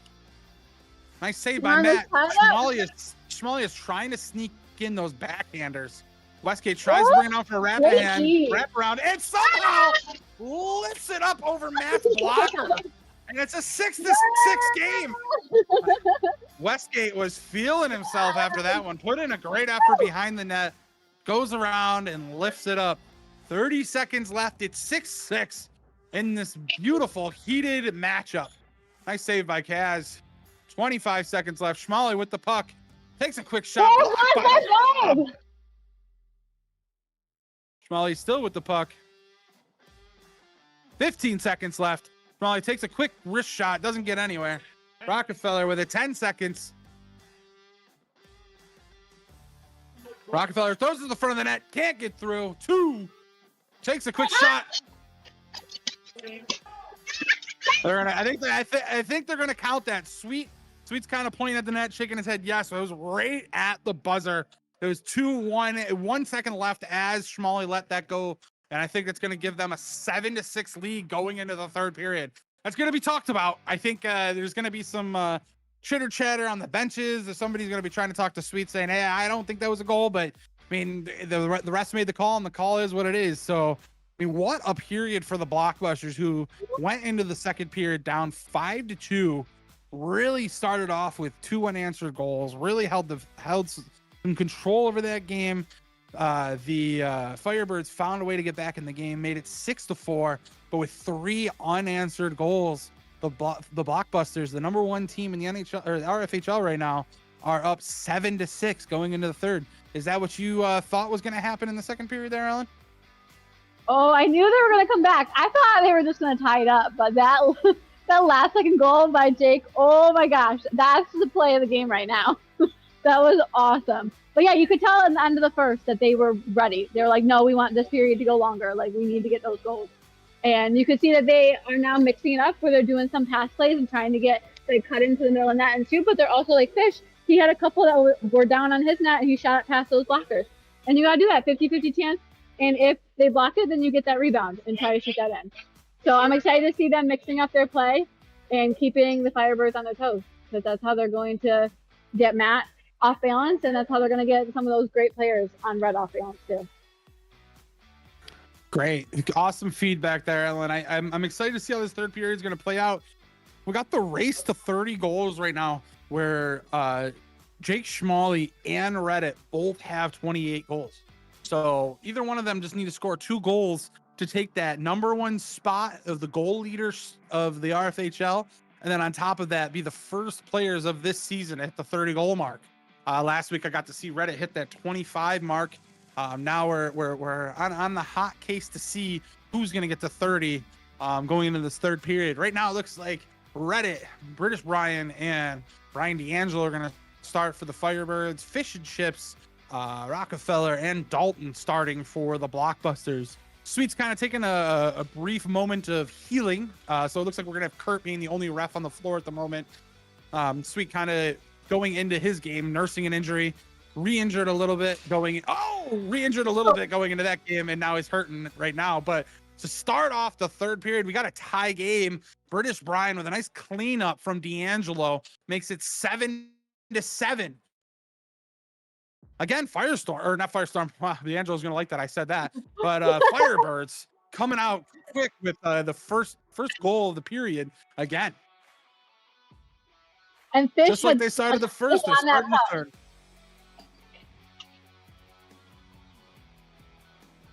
Matt with the cover. Reddit over to British Brian. British Brian throws it at the front of the net, but Fish with a nice block. Oh, good luck. Rockefeller throws it off the back wall. Fish with the puck. Getting pressured by British Brian. Rockefeller trying to possess here. He's battling Reddit. That's an RFA veteran to go after. And I think we're going to get a penalty on Reddit. Oh, on Rockefeller. Sorry. Wasn't too sure who that was going to be on. Looked like it was a hard stick battle, but Sweet's calling a hook on Rockefeller here.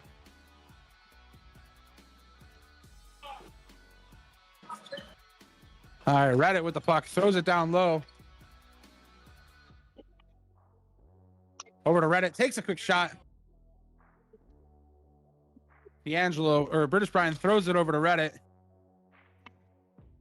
D'Angelo with the puck, saved by Kaz. Fish coming in to take the puck. Throws it down deep. Reddit with the puck over to British Brian. Less than 20 seconds left on the power play. Blockbusters looking to get another good kill here. They're right now the Firebirds are 1 for 2 on the power play tonight. D'Angelo, a quick shot saved by Kaz. 10 seconds left on the power play. Reddit with the puck over to D'Angelo. D'Angelo just couldn't get the shot on it. You going over? All right. And it's even on the board here. 13 minutes left in the third period. It's 7-7.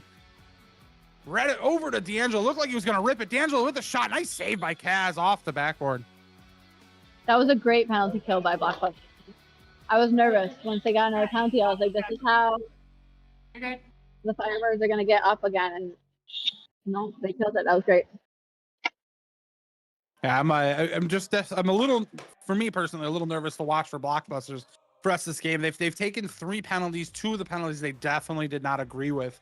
I mean, Sweet's made the right calls here, but Blockbusters just unfortunately not agreeing with the calls that have been made, and then that can lead to your team kind of getting a little bit heated and playing out of sorts. They kind of kept their level head in the second period.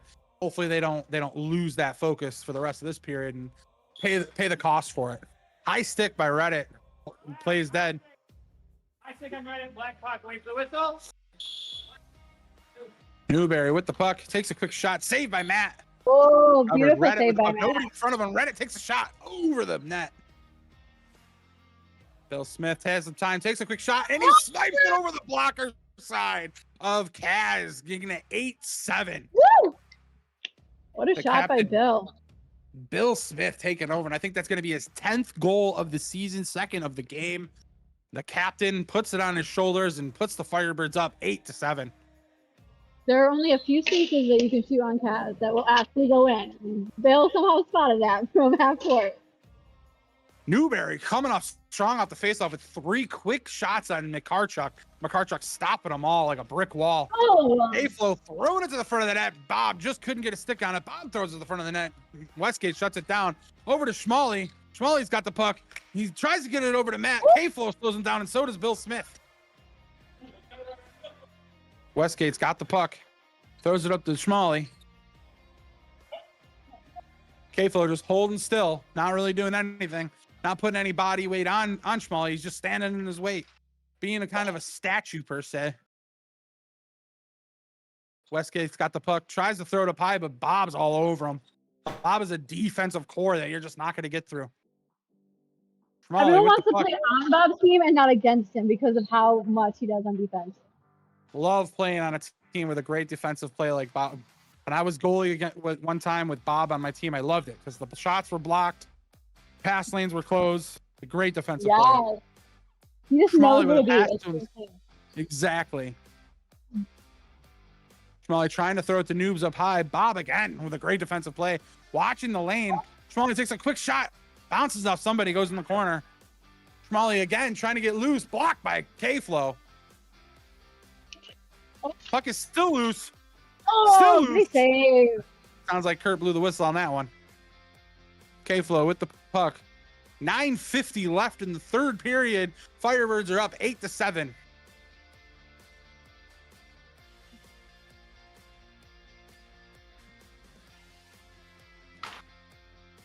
Anybody who's choosing to watch the RFHL over the Buffalo Sabres, we appreciate you. The Sabres have tied the game. It's 3-3, just like the Blockbuster team did just now. It's 8-8 with Westgate Matt burying another goal tonight, and now it's an even game, 8-8.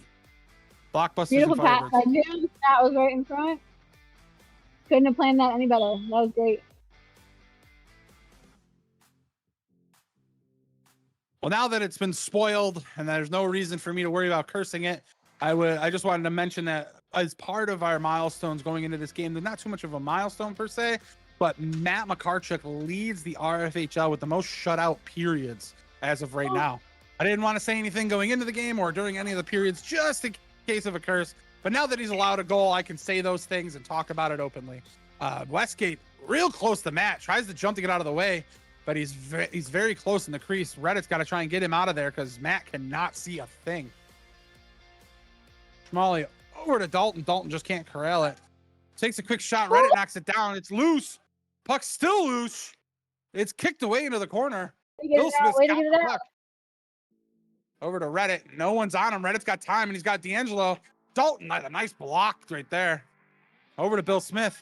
Bill Smith sees D'Angelo, throws it in the corner. Schmalley to put some pressure on him here. D'Angelo doing what he does, pulling it out high and deep. Takes a quick shot. Blocked by Westgate. Dalton trying to clear it, but D'Angelo's all over it. He just shot it from mid-court. Now he's all the way down behind the net. D'Angelo's just running. Schmalley with the puck. He sees Rockefeller coming off. Tries to pass over Rockefeller. Can't get it. Watch the deep shot. And a loose puck. It's loose. And Matt covers beautiful save. 7:42 left in the third period. We've got an 8-8 game here. Smith with a shot. Knocked down. Goes in the corner here. Sweet's looking to go fix the net. The net's getting a little wobbly here. Rockefeller possessing the puck, killing some time. Over to Schmalley. Schmalley over to Fish. Fish with a shot. It's saved by Matt. He doesn't know where it is. He finds it. Covers it up. Nice save. That was all Bob. That was great defense by the Bob. He was staying with him the whole time.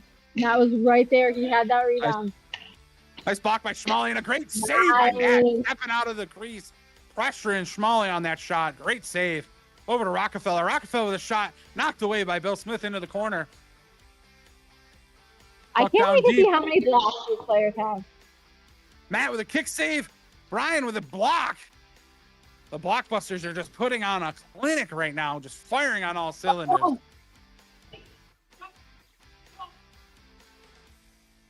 Schmalley with the puck, takes a quick shot, saved by Matt into the corner. Fish has got the puck. Throws it to the front of the net. Rockefeller turns and shoots. Saved by Matt. The Firebirds need to get a change here. You can see that the Bob and Brian are seeming like a little bit tired. They're getting chasey with the puck. They really can't keep up. But Block's still making blocks. Bob's not giving up. He's following the puck with 6:10 left in the third period. It's 8-8, and Matt makes a great save on Rockefeller off the net. K-Flow takes a shot. It goes deep into the corner. We still have an even game here. Reddit's on the board or on the floor. D'Angelo's on the floor. Takes a shot. Glove down by Kaz. What a shot by D'Angelo. Great save by Kaz, too. Noobs with the puck. Goes down deep. Schmally with the puck. Over to Fish. Fish back to Schmally. Back to Fish. Fish with a shot. Keeps it low. Matt sees it all day and covers it. How does Matt see that? There's like 12 guys in front of it. D'Angelo from downtown buries another goal. That's going to be, I think, his 4th of the game, his 14th of the season. D'Angelo playing like Glenn Fridman out here, getting 4 goals in a game. Yeah, shout out Glenn. Let's go. Good job, D'Angelo. And that's going to put the Firebirds up 9-8 with 3 unanswered goals. I'm sorry, that's not 3 unanswered goals. But still, 3 goals in this period. It's 3-1 in the third period. And the Firebirds have taken back the game that was taken from them in the second period. Westgate trying to throw it down deep. Less than 5 minutes left in the third period. Back over to Fish. Reddit getting battled with Newberry. Newberry beats him in the corner, throws it to the net, goes wide. K-Flow with the puck. Tries to throw deep. Newberry knocks it down. Noobs with the puck. Has time. Takes a shot. Just goes wide. Tries to throw it to the net. Nobody's really there.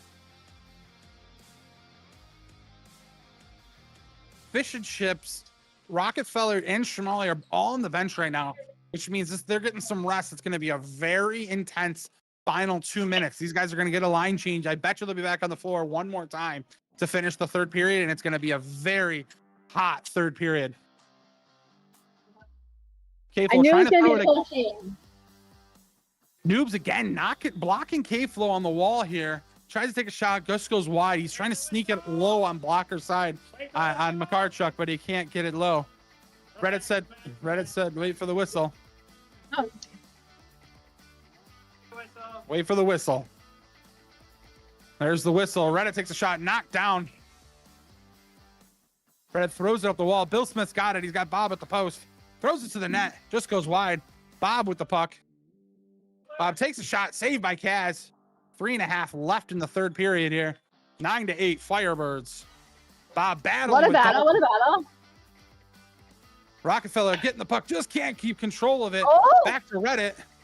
Reddit over to Bill Smith. Bill Smith racing to get to Dalton. Over to Bob. Saved by Kaz. Just can't lift it over the blocker side. Great effort by the Bob, but even better save by Kaz. Newberry throwing it down deep to Rockefeller. Schmally crashing to the net. Reddit winning that battle against Rockefeller. He's got the puck over to the Bob. Fish the Chips hot off the bench. And like I said, here comes Rockefeller, Schmally, and Fish to end this period with less than 3 minutes left in the period. Bill Smith trying to throw it deep to Reddit. Rockefeller over to Schmally. Schmally with a backhand just goes wide, and it's going to go out of play. That might be black puck. Yeah, it's going to be black puck. It went off red on Schmally's backhand and went up on the stage here. Wait for the whistle. These guys are just not wait. I think they're hearing phantom whistles out here. We all do at some point during the night. Especially in a game like this where it's a tight game. 9-8. 2.5 minutes left. Schmally with the puck. Over to Fish. Fish with a shot. Blocker saved by Matt. Beautiful save. Bill Smith with the puck. Rockefeller chasing him. Bill Smith says, not again. Last time you got me. Not this time. Reddit with the puck. Has possession. Back to British Brian. British Brian possessing. Trying to kill some time. Fish steps up. Blocks it away. Bill Smith trying to put some pressure on Schmally here. Schmally taking his time. 2 minutes left. Takes a shot. Just goes wide. Reddit knocks it deep. Oh, Fish is battling him. Reddit's all over him. Chasing the puck down. Goes around the net. Tries to go for wraparounds. Got nothing. Throws to the front of that. Oh, almost good on Bill Smith's hands.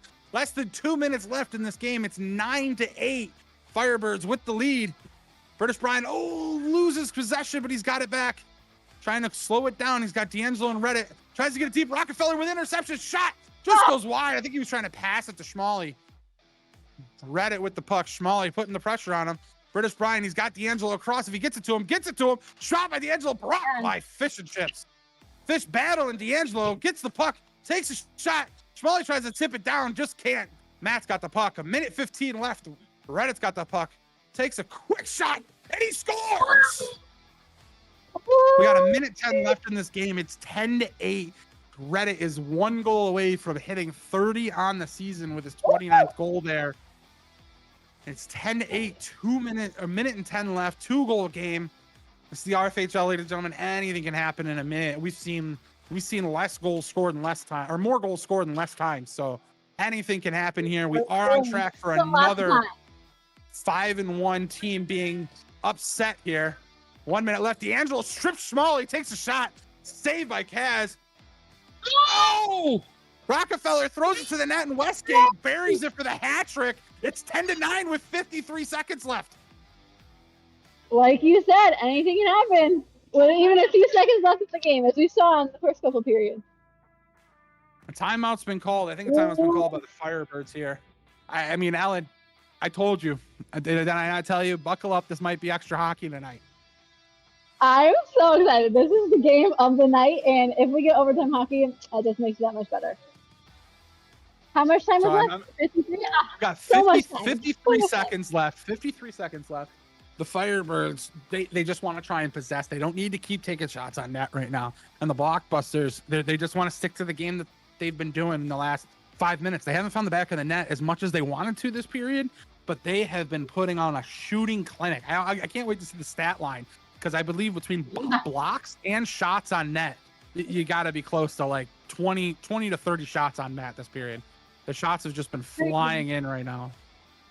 The blocks have been crazy, and I'm definitely interested to see who they're going to put out on the line right now, because they're going to go hard for the last 53 seconds. So this is we got make or break it. Reddit, Bill Smith, and D'Angelo, the top 3 goal scorers, the top 3 players for the Firebirds. And then you got Westgate, Rockefeller, and Schmalley, all goal scorers tonight. So it's a goal scoring episode clinic out here. Yep. Blockbusters calling a timeout, tactical timeout there. Matt made the save, but now it won't be Firebirds taking possession off the freeze. It's going to be a face-off for the timeout.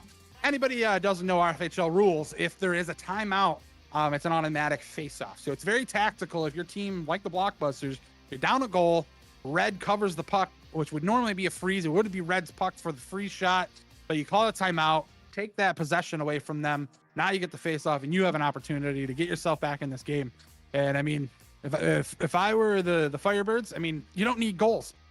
Not to take anything away from the defense of Bill Smith, D'Angelo, and Reddit, but right, I don't know why you don't got Bob out there. If I'm gonna throw my 2 cents for Firebirds, I'd put Bob out there. I'd keep Bob deep and make sure nothing gets through. Bob's blocking shots, nothing's getting past him. And I mean, the Blockbusters, you got goal scorers out here. I mean, anybody can score for Blockbusters. So, Alan, you agree with that, or you got any comments on that? I was very surprised when the Firebirds brought their line out. I was like, we're missing a very key person right now, who we've seen a lot of blocks tonight, key blocks too for the game. Big save by Matt, covered up. 30 seconds left. Reddit with the puck, throws it over Bill Smith. I think they're going to kind of play a possession game here. They don't need to score.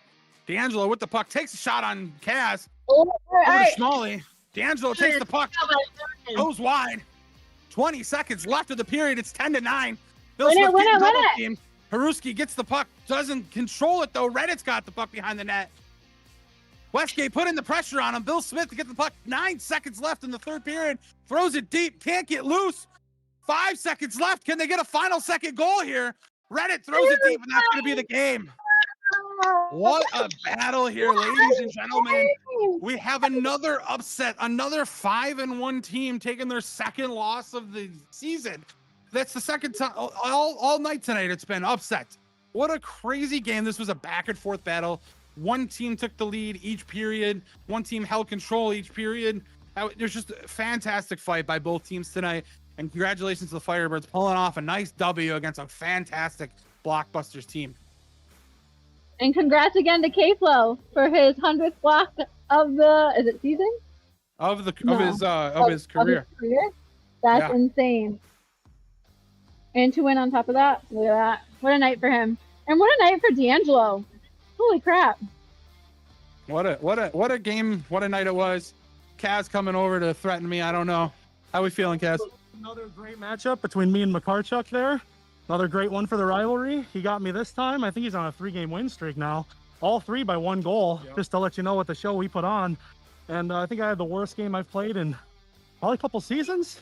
So, love the effort out of my team there. It is what it is. On to next week. I appreciate it, Kaz. Good job, buddy. I mean, Kaz said it. We talked about it in the beginning of the game. I mean, Matt and Kaz have just had electric battles back and forth against each other. And tonight was, with no question, another 1-goal game. But me, myself, I got to log off here. I got to get ready for my 9:30 game. Ellen, fantastic job. Thank you for joining me tonight on the broadcast. I hope you enjoyed yourself. You did a great job. And hopefully we look forward to some future broadcasts from you. I had so much fun. Good luck with your 9:30 game. I will be cheering on the stage very loudly. I appreciate it. Thanks to hear it. Ladies and gentlemen, before I log off, the Sabres are winning 4-3. If you happen to be watching the RFHL broadcast over the Sabres broadcast. So I appreciate you watching the RFHL broadcast. RFHL After Dark coming up after this. I think you got the Bob coming back on the broadcast here. So everybody have a great night, and see you next Wednesday. Bye. Is it Wednesday yet?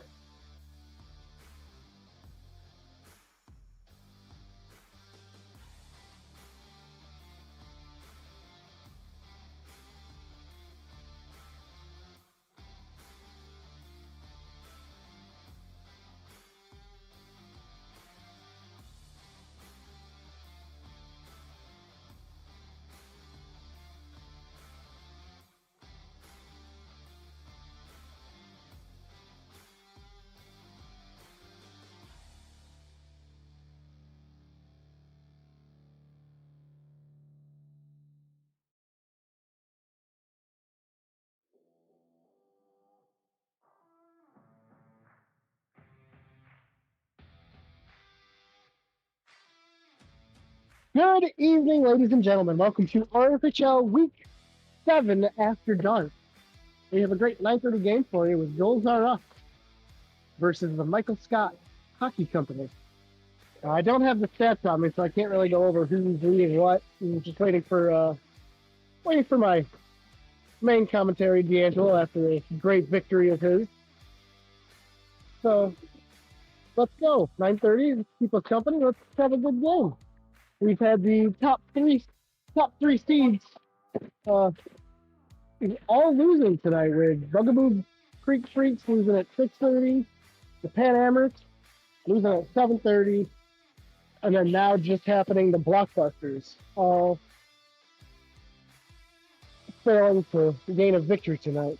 So, well, I don't know what that says about Goals R Us, but they are the higher seed. I'm getting headbutted over here by Paul the goalie. Goalie Paul. Goalie George. I'm Alex Packard. Huh? I'm Alex Packard. Alex Packard 2.0. Shout out to Alex.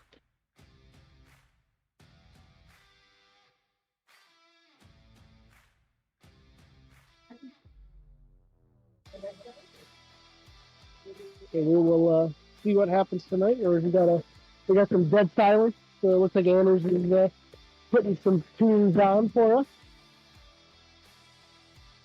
So if Goals Are Us, they want to not continue the higher seed losing, you're good. They'll have to pull out some victories, and I have a feeling this is going to be a nice high-scoring match with two of the best players in the league, between Brad and K-Flow. K-Flow, sure, he could be the best player in the league. Air Canada coming at you. With Perlato on the other end. As I said, I don't have the stats, so I don't know how many goals he has for the season, but he is a player that can take over an entire game, just like Brad. And now I believe we're being joined by our play-by-play, D'Angelo. Great game out there. good victory, good tough game. Good evening. Good evening. How's it going, Brandon? It's going well. Just trying to keep the RFHL Dark crowd busy. Yeah, yep. Got a good 9:30 game matchup. Man, 3 games so far, 3 upsets. Curious if that carries into RFHL After Dark here with the 9:30 matchup here between Michael Scott Hockey Company and Goals R Us. Both, not looking the craziest in the standings, but man, neither of these teams I want to face. I faced both, and both are extremely scary with Perlato and Brad. So it's it's a very rare that you see an 0-6 Perlano team, and it's just that's just kind of how the game goes sometimes. I think there's been a great parity in the league so far. We've talked about how congested the top of the standings are, and we've repeated. I've covered at least 2 Michael Scott Hockey Company games here, and their record does not show the quality of this team. Perlano has 25 goals right now. It has leading in goals, assists, blocks, and points for all rookies right now on Goals R Us. Goals R Us, I mean, the big news, I don't know if you talked about this before, Frankie is out for an extended period. I know we're still waiting for, the feedback from the medical team, but it's good to see JJ out there, man. One of my favorite players in the RFHL. He hasn't been here for a couple seasons. Good to see him back, filling in. He filled in for my Chili Chompers about 3 seasons ago when Kevin Baldwin went down, and he was such a great addition to the team. I'm hoping to see a similar thing happen here for Goals R Us because it's just a team of good guys, and I want to see him get back up there in the standings. Yeah, I would say this is probably Michael Scott would be one of the better teams, that are winless at this point in the season. If you take every 0-6 team that's ever existed, I've bet on 2 of them. Absolutely. And I would, if I looked at the roster on paper, I would never have guessed they'd be winless. And I know they've been in games they've lost, I think, 2 by 1 or 2. So. Well, one thing that we haven't talked about too much here is the resurgence of Paul Fridman in net. Rookie season in net for Paul Fridman, perennial block leader, defenseman of the year, and man, he has translated that defensive play into the net with a 85 save percentage so far this season. I think he is a strong contender for the outplay your draft spot position right now, I have to say. I would absolutely agree. I mean, he's trading those blocks in for saves, and I think he has the most saves in the league currently, if I looked at that correctly. Oh, really? If I'm not mistaken, because I'm second, and I think he's like 40, he's like 30 or 40 ahead of me. So he's definitely seen a lot of pucks, and he's definitely putting a lot of that block history of his into the net for good use. Yeah, so we'll see how the shift up in the play. You know what? We talk about Frankie. Frankie is like all motor, like has no governor on him. I think JJ plays a similar game, but I would say he probably has a little bit more nuance to his game. Maybe less of a motor, but kind of a more two-way player in that regards.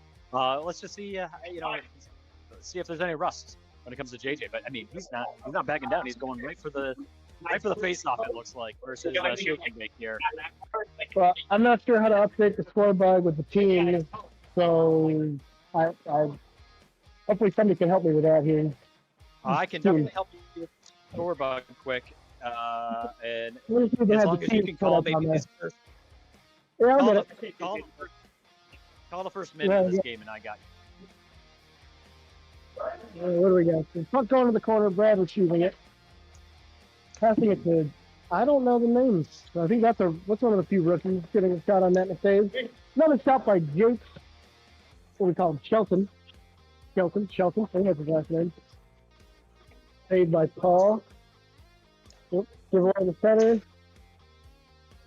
All right, I've updated it, Brandon. If you could just move your cursor in the scoreboard off of Goals R Us, there you move it down. We're good. All right. Yep. All right. All right. I'll keep track of that. Sounds good. We're off to call the game. I'm terrible at it. All right, we got Jake in the corner, covered by Al. Al with a good block, kicks behind his own net, cutting, watching. Jake with long shot into the net. Goes sneaks past Paul. as it goes through traffic, and Jake with a rocket. And Michael Scott Hockey Company takes the early lead with only 13:50 on the clock right now. We got Sweet and the Elder Haynes here as our referees. Always appreciative of our refs. Good save by Kenton as he's down in Butterfly. Furlano takes the freeze, kicks it to Jake. Jake with a kick, but it blocked by Paul. Good kick save. Al over to JJ. JJ was shot, deflected high, and Kenton tries to get it, but it just misses his glove. Dink and dunk play. Petrie. JJ defending. Goes on the net. And that's going to be purple puck. We'll see. I don't know. Toronto's got a stick stuck in the net. Well, you don't whack at the net, folks. I got purple puck and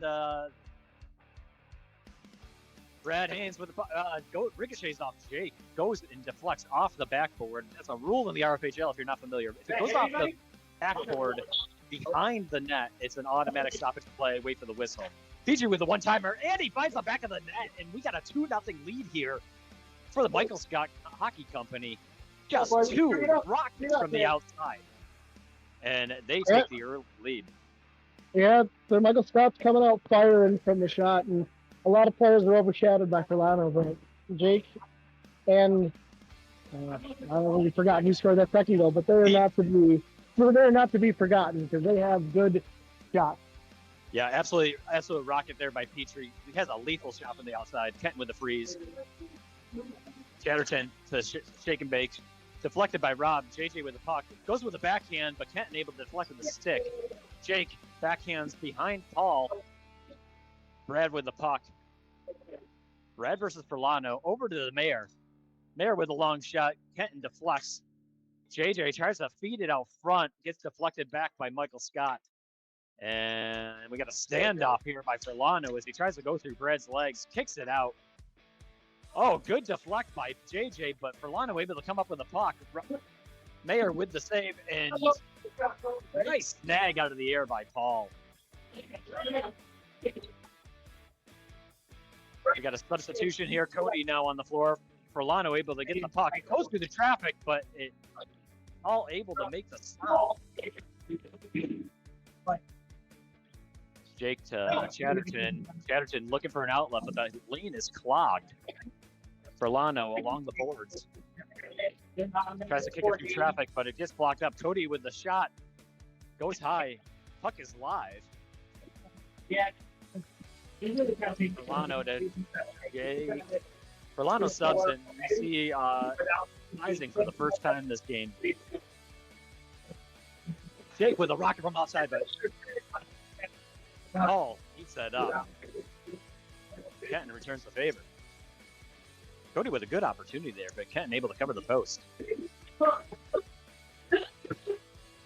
Puck hops over.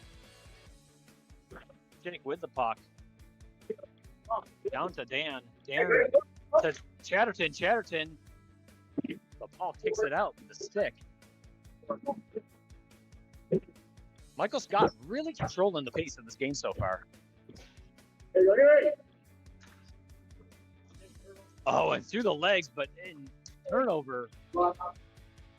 Not a typical play there by Brad. Looked for the outlet, but it just didn't go. Rob to Brad. Good block there by Chatterton. Yeah. Good opportunity, just can't corral the puck at his feet. Mayer with the long shot goes wide. Cody returns. Kenton covers. Petrie with the freeze. Goes wide. Goes right to Al, right off the bench.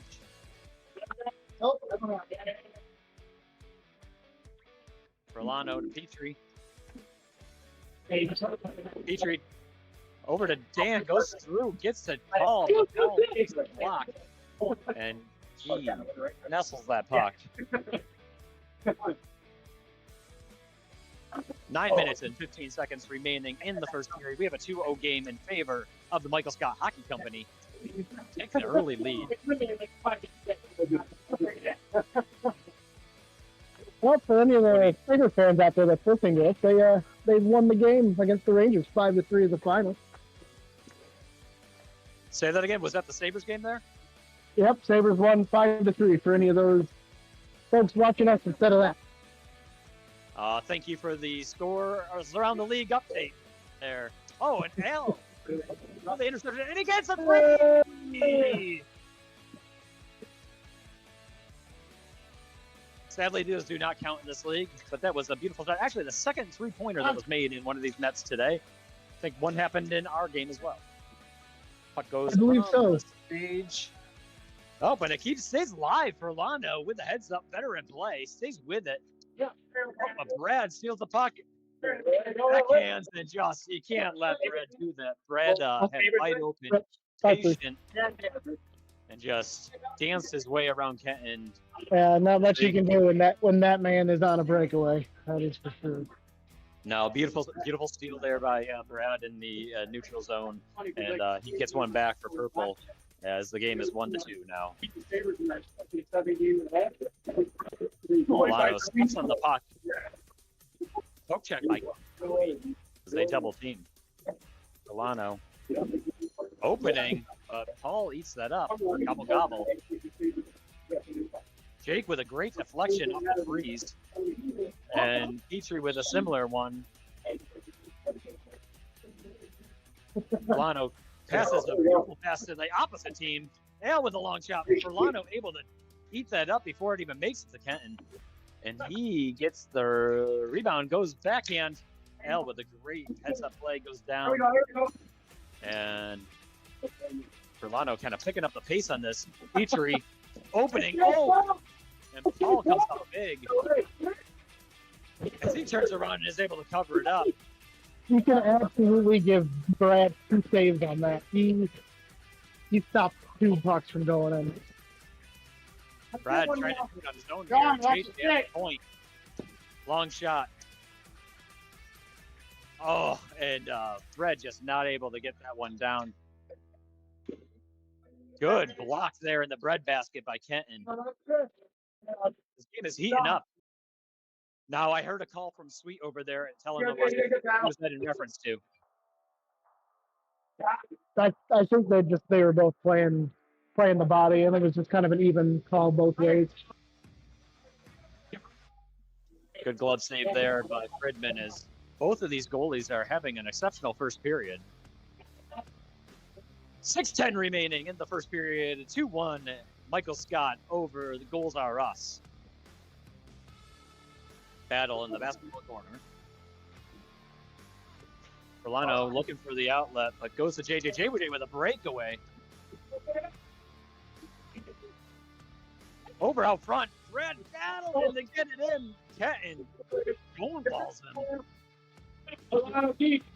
No space. Rolando to Chatterton. I was noticing that. Chatterton trying to orchestrate a play here. Another great save in the breadbasket by Paul. Chatterton able to defend that out front. Al trying to get big. Shot goes wide. JJ to Brad. Brad to JJ. Good. Oh, and just a great give and go there. JJ to Brad. Back to JJ. As Kenton can't see it through the traffic. And JJ nets his first one here in this first period. Sorry, folks. Okay. We got a 2-2 game.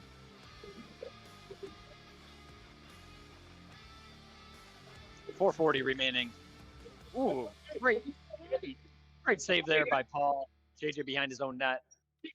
Looking for the mayor. Mayor takes his own shot. Oh, and good leg save there as Paul able to make the save. Jake in his own corner. Brad in pursuit. Jake to Furlano. Furlano, soft pass out front to Chatterton. All out of position, but he able to get back in net. Furlano fights his way through 2 defenders. battling with Rob in the corner. Six are flying here.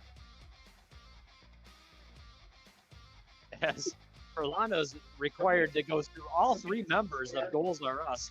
And Jake ends up with the puck. Along the boards, down low to Chatterton. Chatterton goes around the net, looking for a guy as they're making the change. Puck was loose. JJ over to Brad. And Brad able to net his own as they take their first lead of the game with 3:30 remaining in the first period. 3-2 in favor of Goals Are Us, as the combo of JJ and Brad is looking to heat up throughout this game.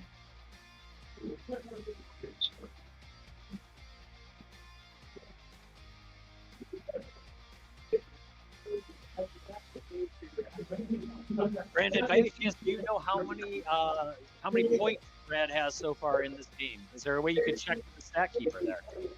Yeah, let me go give him a quick peek and see what we got going. You might hear some We got a nice little. Oh, that goes off on the back of Dan's helmet. We got a nice little milestone that's very likely to come up in this game, and I just want to keep tabs on this to make sure we get the call at the right moment. Brad's got 2 goals and assists so far. So he is 1 point away right now from passing Kevin Baldwin to become the 13th in all time in RFHL career points. Sorry about that, folks. Oh, it goes 5-hole through Kevin, but goes wide. 13th all time. That's quite a milestone in the standings for how many years Brad has been playing. He fastly has gone up the career charts here. He's been one of the best players to grace the floors of this league. In the past, somebody like Baldwin is a very impressive indeed, because he has been around for.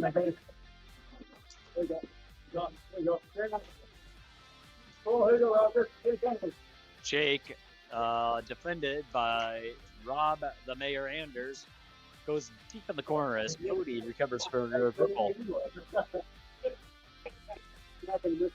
Puck goes high. Oh, and Kenton able to make the save as Cody was right there about to make it. Great block by Cody that deflects into the bench. As that could be...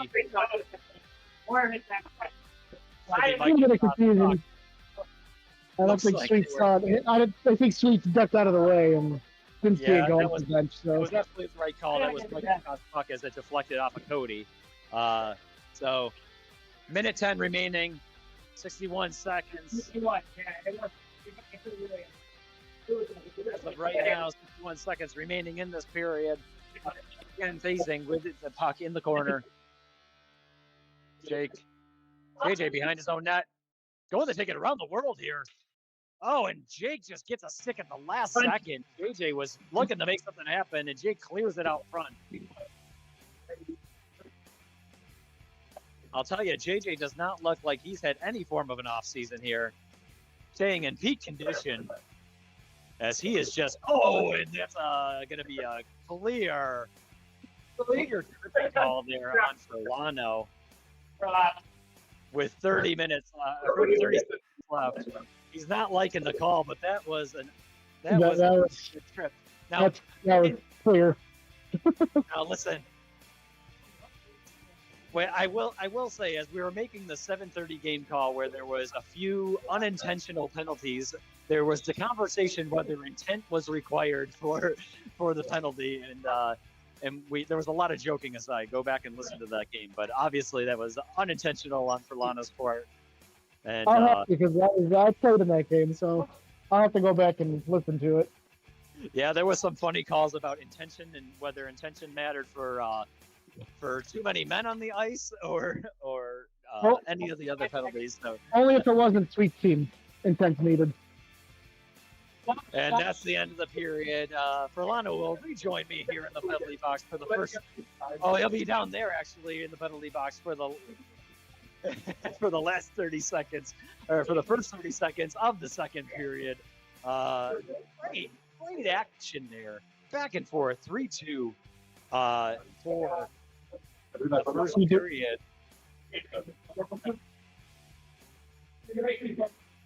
Yeah, after we got two early goals for Michael Scott, Paul seemed to really kind of phone in there and clean up whatever he was doing and get warmed up. And he played a hell of a last 14 minutes of the first period. Yeah, I think it took JJ about 5 minutes to get his bearings again for the gym, and Brad can get the puck to anybody, and I think as soon as JJ recognized the Brad style out there, I don't know if they've ever played together actually, but he that connection was showing to be lethal in the last second half of that period, as Goals R Us gets themselves back on the board with 3 unanswered goals. As we enter the second period here, as I was saying before in the first period, Brad Haynes is 1 point away from passing Kevin Baldwin, the 13th all-time in RFHL career points. Keep an eye, folks. I think it's highly likely. If I were a betting man, I would bet it would happen in this period. I feel like the odds are at least like a minus 700 for him to get that point. One other milestone to keep an eye on here as we're entering the second period is Dan Thiesing is 1 goal away from his 50th career RFHL goal. A big milestone for players in this league as they establish themselves and their career. We have a few people clearing out here as they're looking to get back home to their families. Furlano entering the other box. He said it's going to be a lot more quiet there. He thinks it's a little noisy here on the Rob Ray broadcast penalty box. Hey, this is for another good period, just like that one. And we have the puck drop here. Michael Scott already trying to kill this clock. 30 seconds, remember, only for this period. As Furlano had the tripping penalty at the end of the first. Thiesing just dumps the puck down in the corner. Jake in hot pursuit, just boxing out, telling them to play the puck. Brad over to Masson. Masson, oh, he gets stonewalled by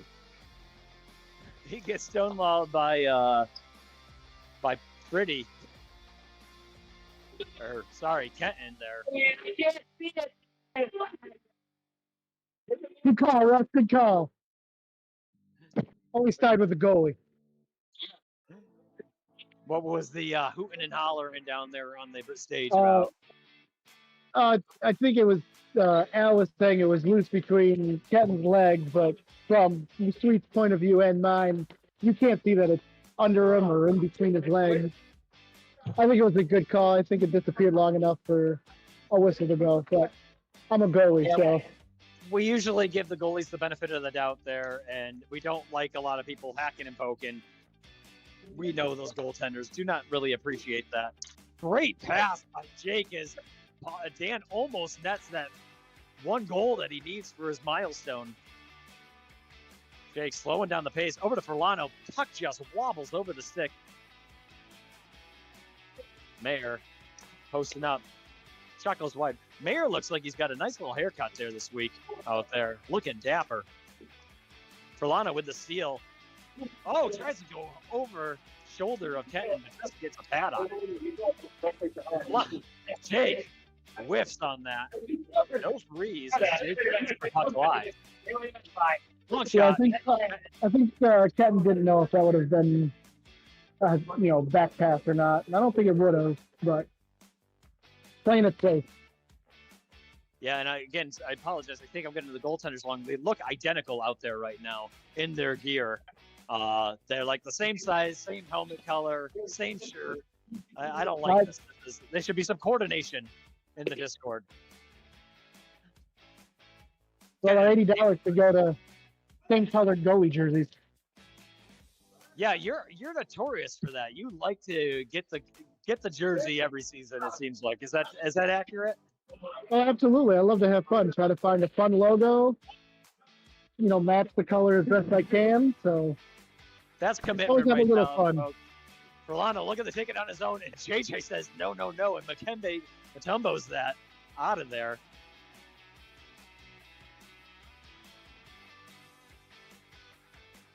Oh, backhander by Chatterton. Furlano with the rebound. Almost gets it. Goes high. Furlano picks the pocket. Al, the JJ, goes out front. Furlano on his own. Back to Chatterton. Just goes through the legs. It's a dangerous line out there for Michael Scott with Petrie, Chatterton, and Furlano.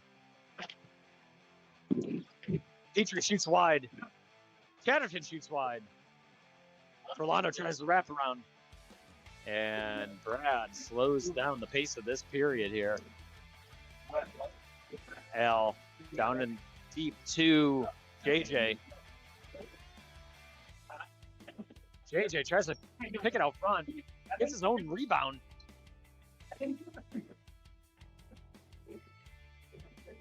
As we just get a dump down low. Good pass over to Chatterton. Just takes a smidge too long as Brad was able to get a stick on it. JJ against the wall, goes down to Brad.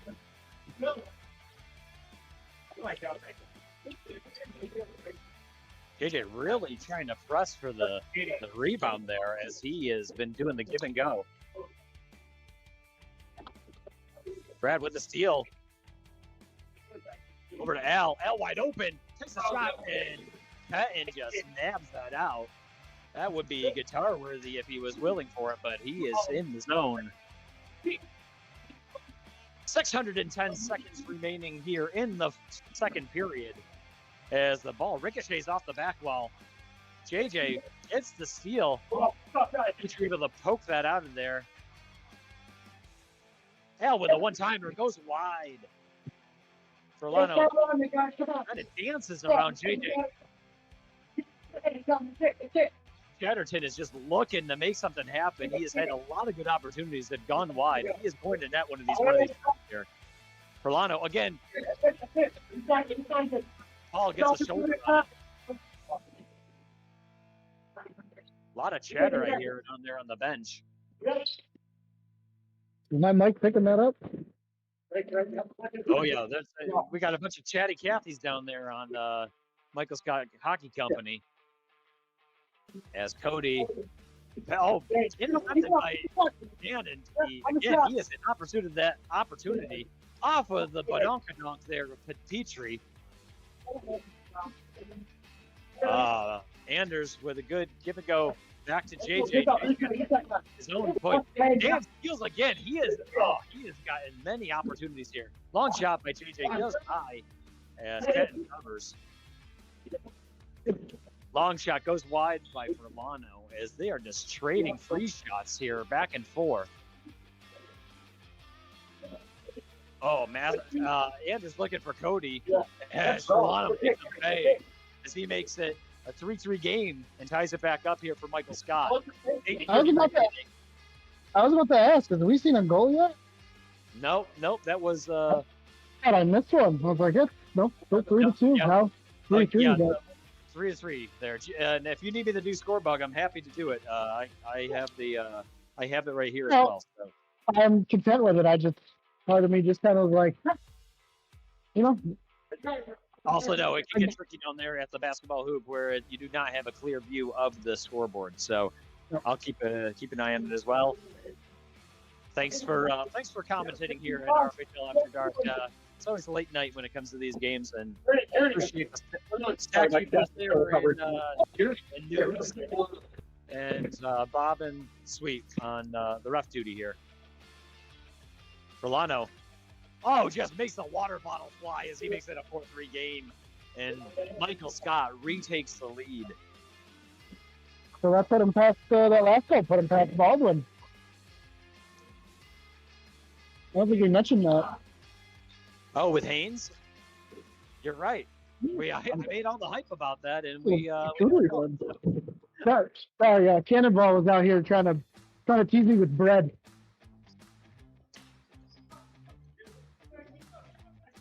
Well, we also had another big milestone. I like to give credit where credit's due. Kyle Antilla reaching the 610 club in the 7:30 game. Big congratulations to him. I told him there's many ways to get there. He happened to do it off of longevity and availability. as he's only missed one game in his entire 25, 26, 27 seasons of RFHL action. So Really, good only credit to him. one game. Yep, he little engine that could that where with a 3-point average a game. I think we got Forlano here. I think maybe is the only other person in that club. Oh, as Cody tries to pick the pocket, and Forlano just makes it known why he's also in that club. Again, I believe he's in that club. I should look at the career stats here while we're talking. Yeah, I didn't know he was at one game missed his entire career. I kind of want to know what happened that game. Yeah, Was he on vacation? I'll have to ask him in the Discord.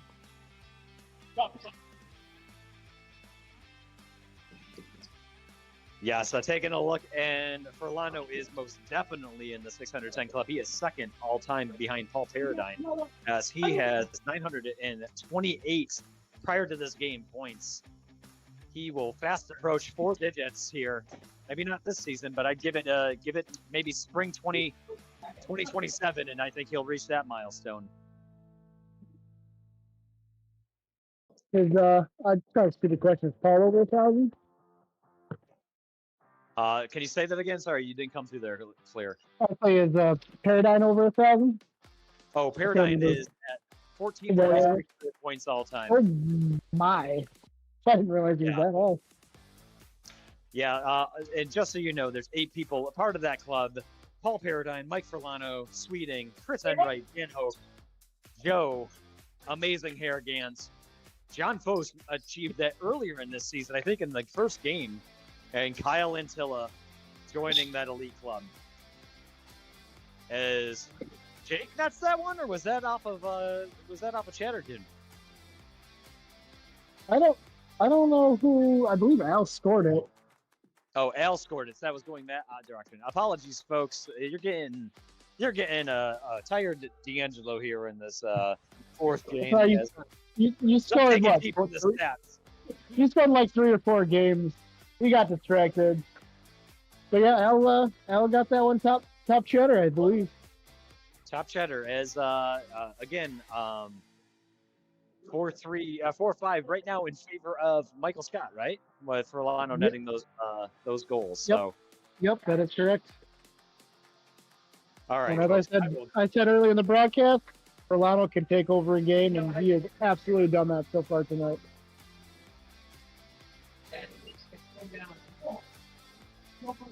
All right. Enough of looking at career stats. We just love our numbers here at the RFHL. Go down that RFHL rabbit hole. Yeah, exactly.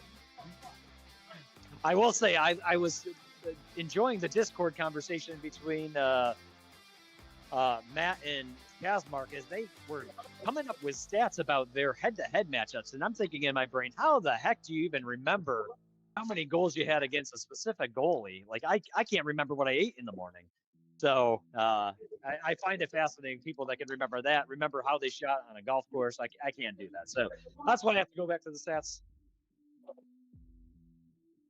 5-4 here in the second period. JJ with a shot that goes by. 3 minutes remaining in the second period. Missed the 610 call, but I got the 610 call. Back of the net. Freeze of the puck. Wait for the whistle. JJ. Anders and posting up big.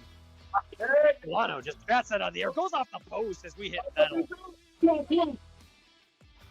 Banks off the boards. Anders getting fancy with the puck. Goes wide.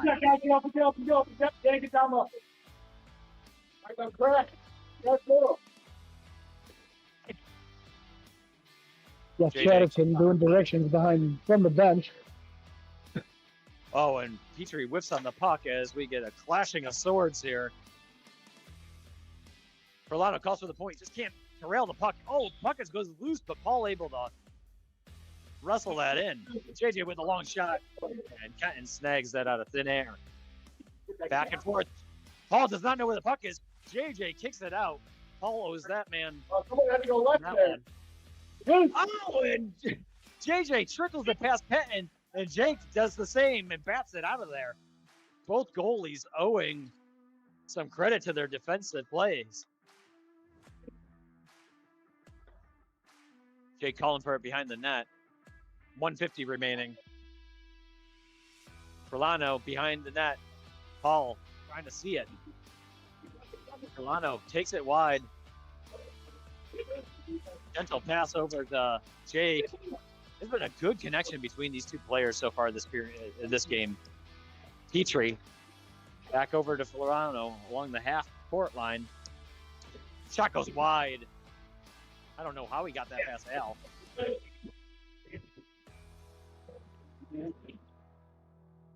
Furlano tries to jam it in, and Paul covers the post. Paul doesn't see the puck. JJ recovers. 61 seconds remaining in the period as Al has to watch it there with the wraparound.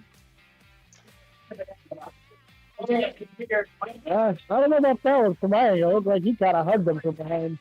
Yeah, I think he got away with one there.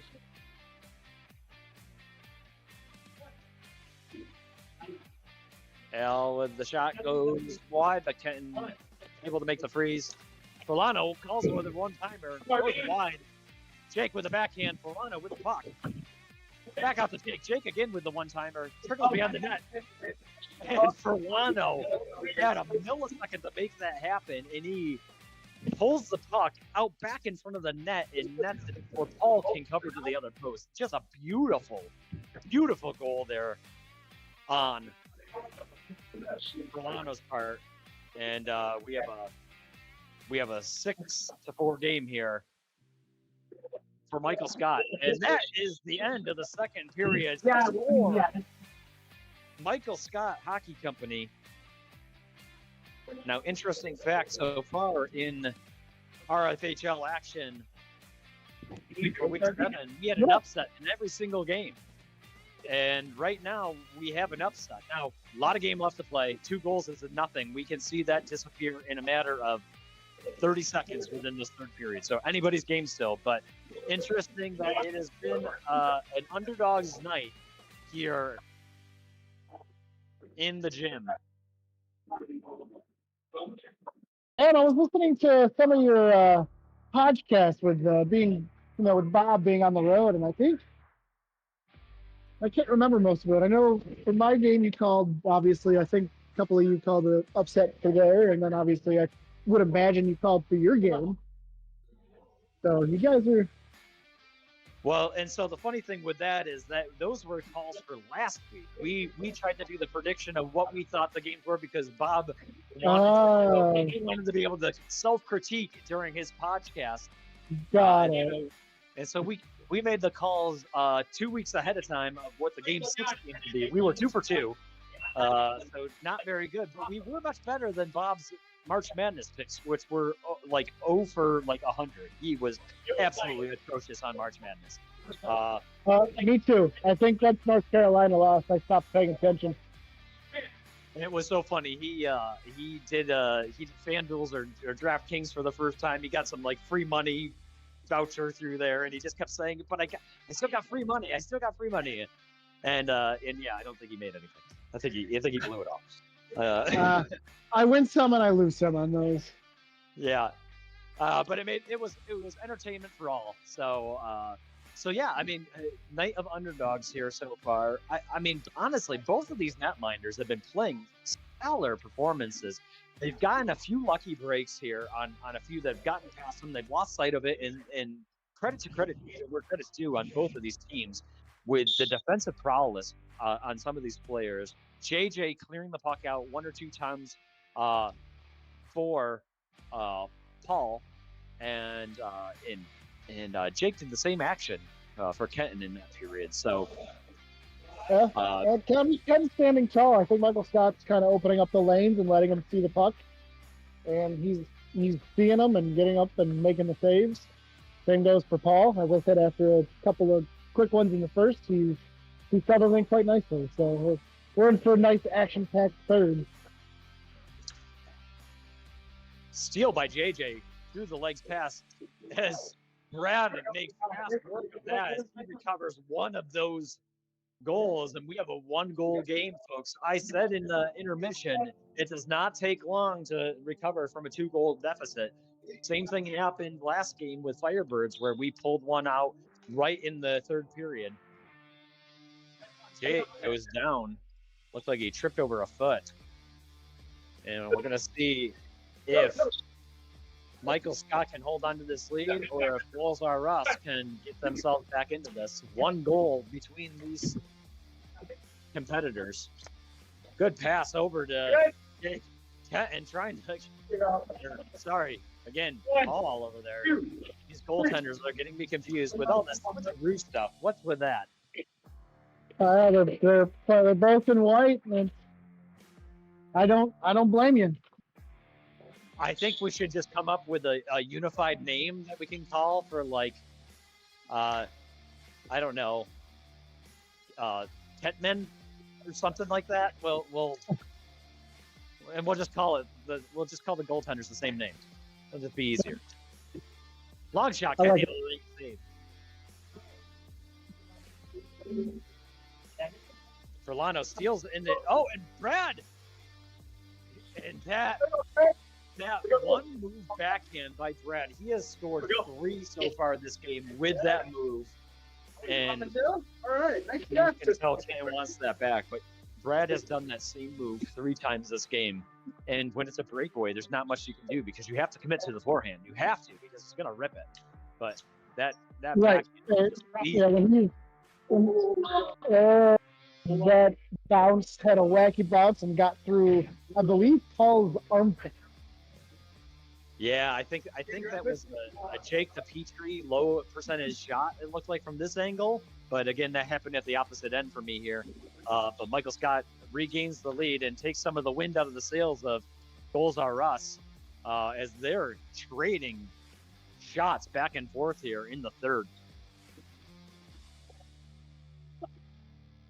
Jake pulls the same Brad move that Brad just did 30 seconds earlier and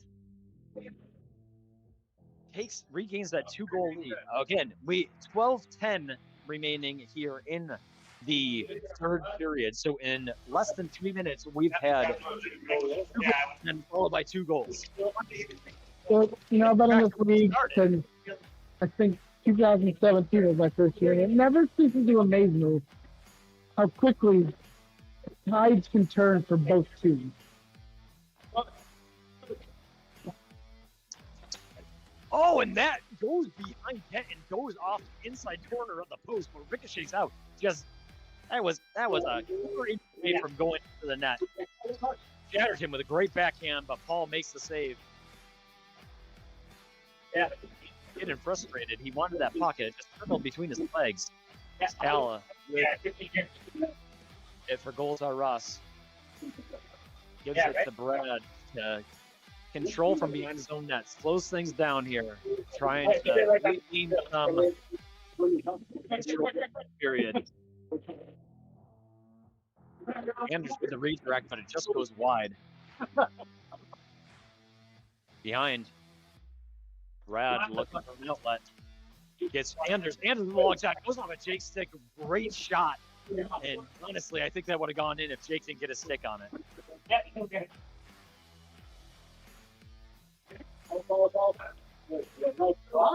Brad snipes it out of the air. Al with the one-time it goes wide had a wonderful opportunity. Anders.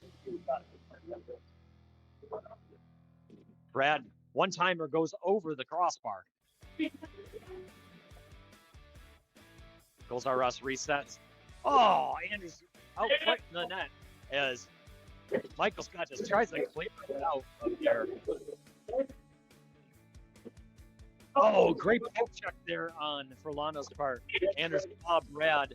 Oh, and there we go. There's the 50th goal there for Dan Thiesing of his RFHL career. Applause there for Dan Thiesing, who gets his 50th career Dan with 50 goal. career. Congratulations, Dan.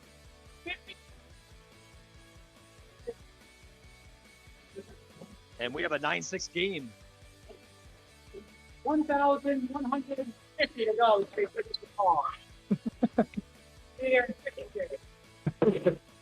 Hey, Dan will play it. He'll play it. Yes, he will.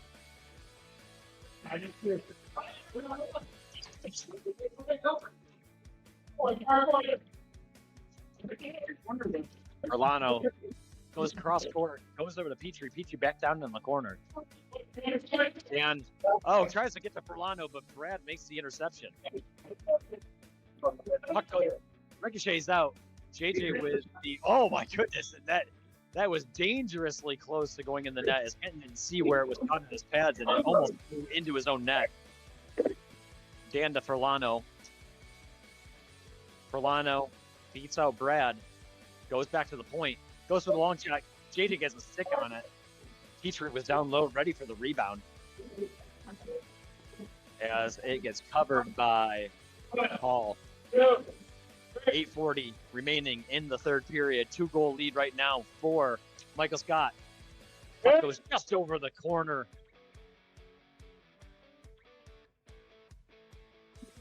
JJ behind his own net.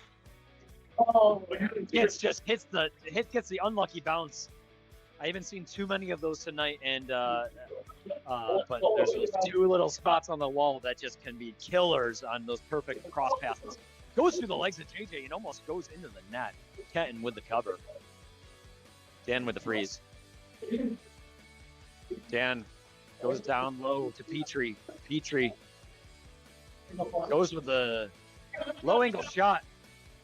Brad with the long shot goes behind the net as and JJ wrestles the puck away from Kenton.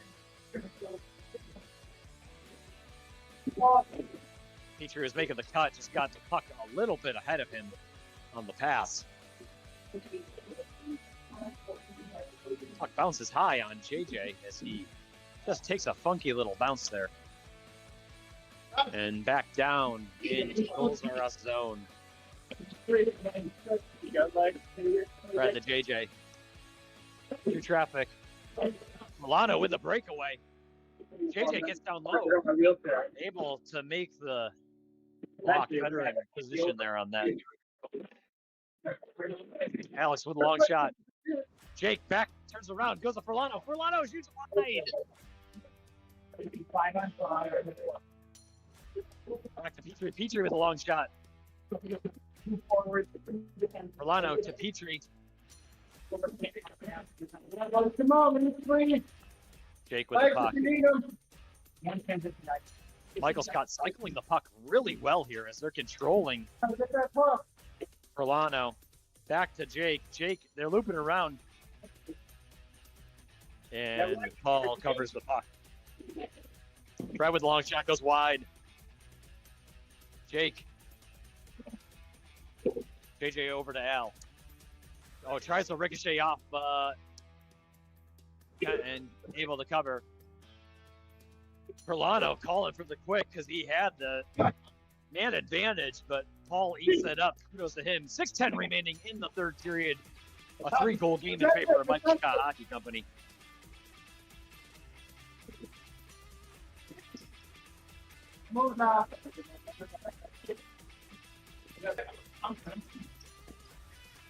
Brad, through the legs of Furlano to JJ. JJ back over to Al. Can't get the puck settled. Furlano. Long shot. Stays off of Chatterton, but goes wide.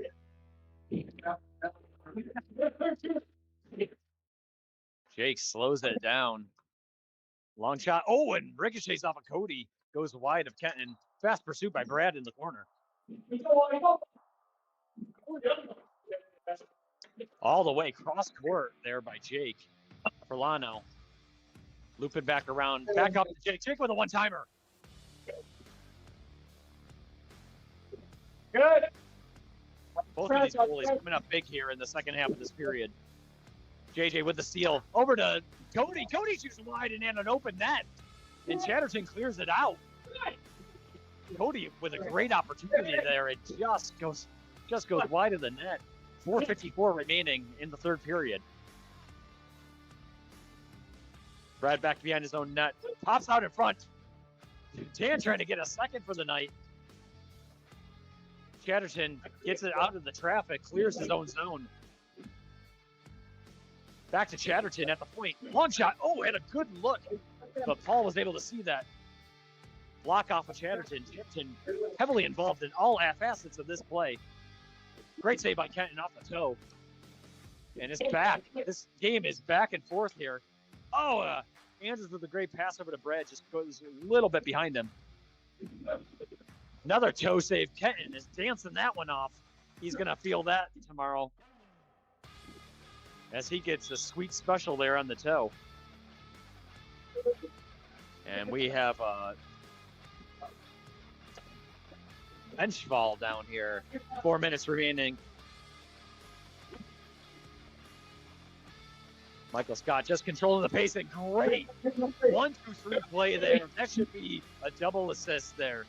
That was a, make sure that Steve gets that. That was a beautiful pass from Chatterton over to Dan, over to Petrie. That should be a double assist there. I'm sure he did. Ever 6'10", game better. Whoever gets it, whatever time it gets it, game it. 6-10 is the score here right now.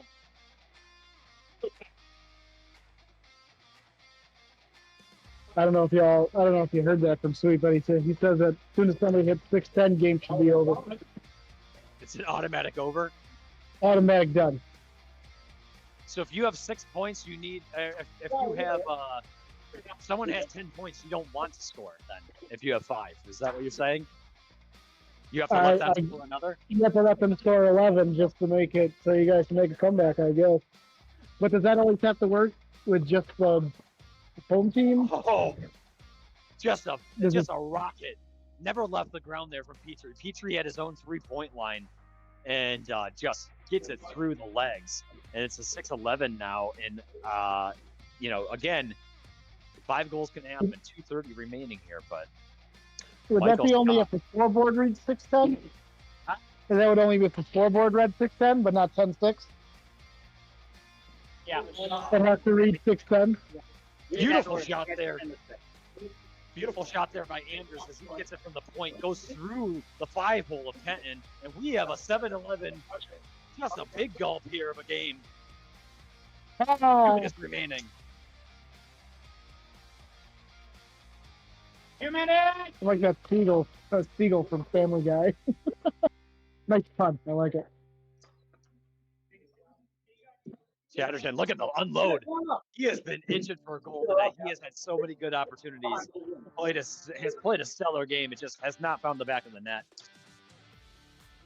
And Petrie there, another just Michael Scott is moving the puck better than maybe any team tonight. Just really utilizing all 3 players on the floor as they get to a 7-12 here now with 1:40 remaining. And maybe it's still a little too early to call here, but it looks like we may get a grand. Nope, 7-13 as Jake nets one more, and I think we're going to have a grand slam here tonight when it comes to the underdogs winning, as we're going to have some shaking up of the standings.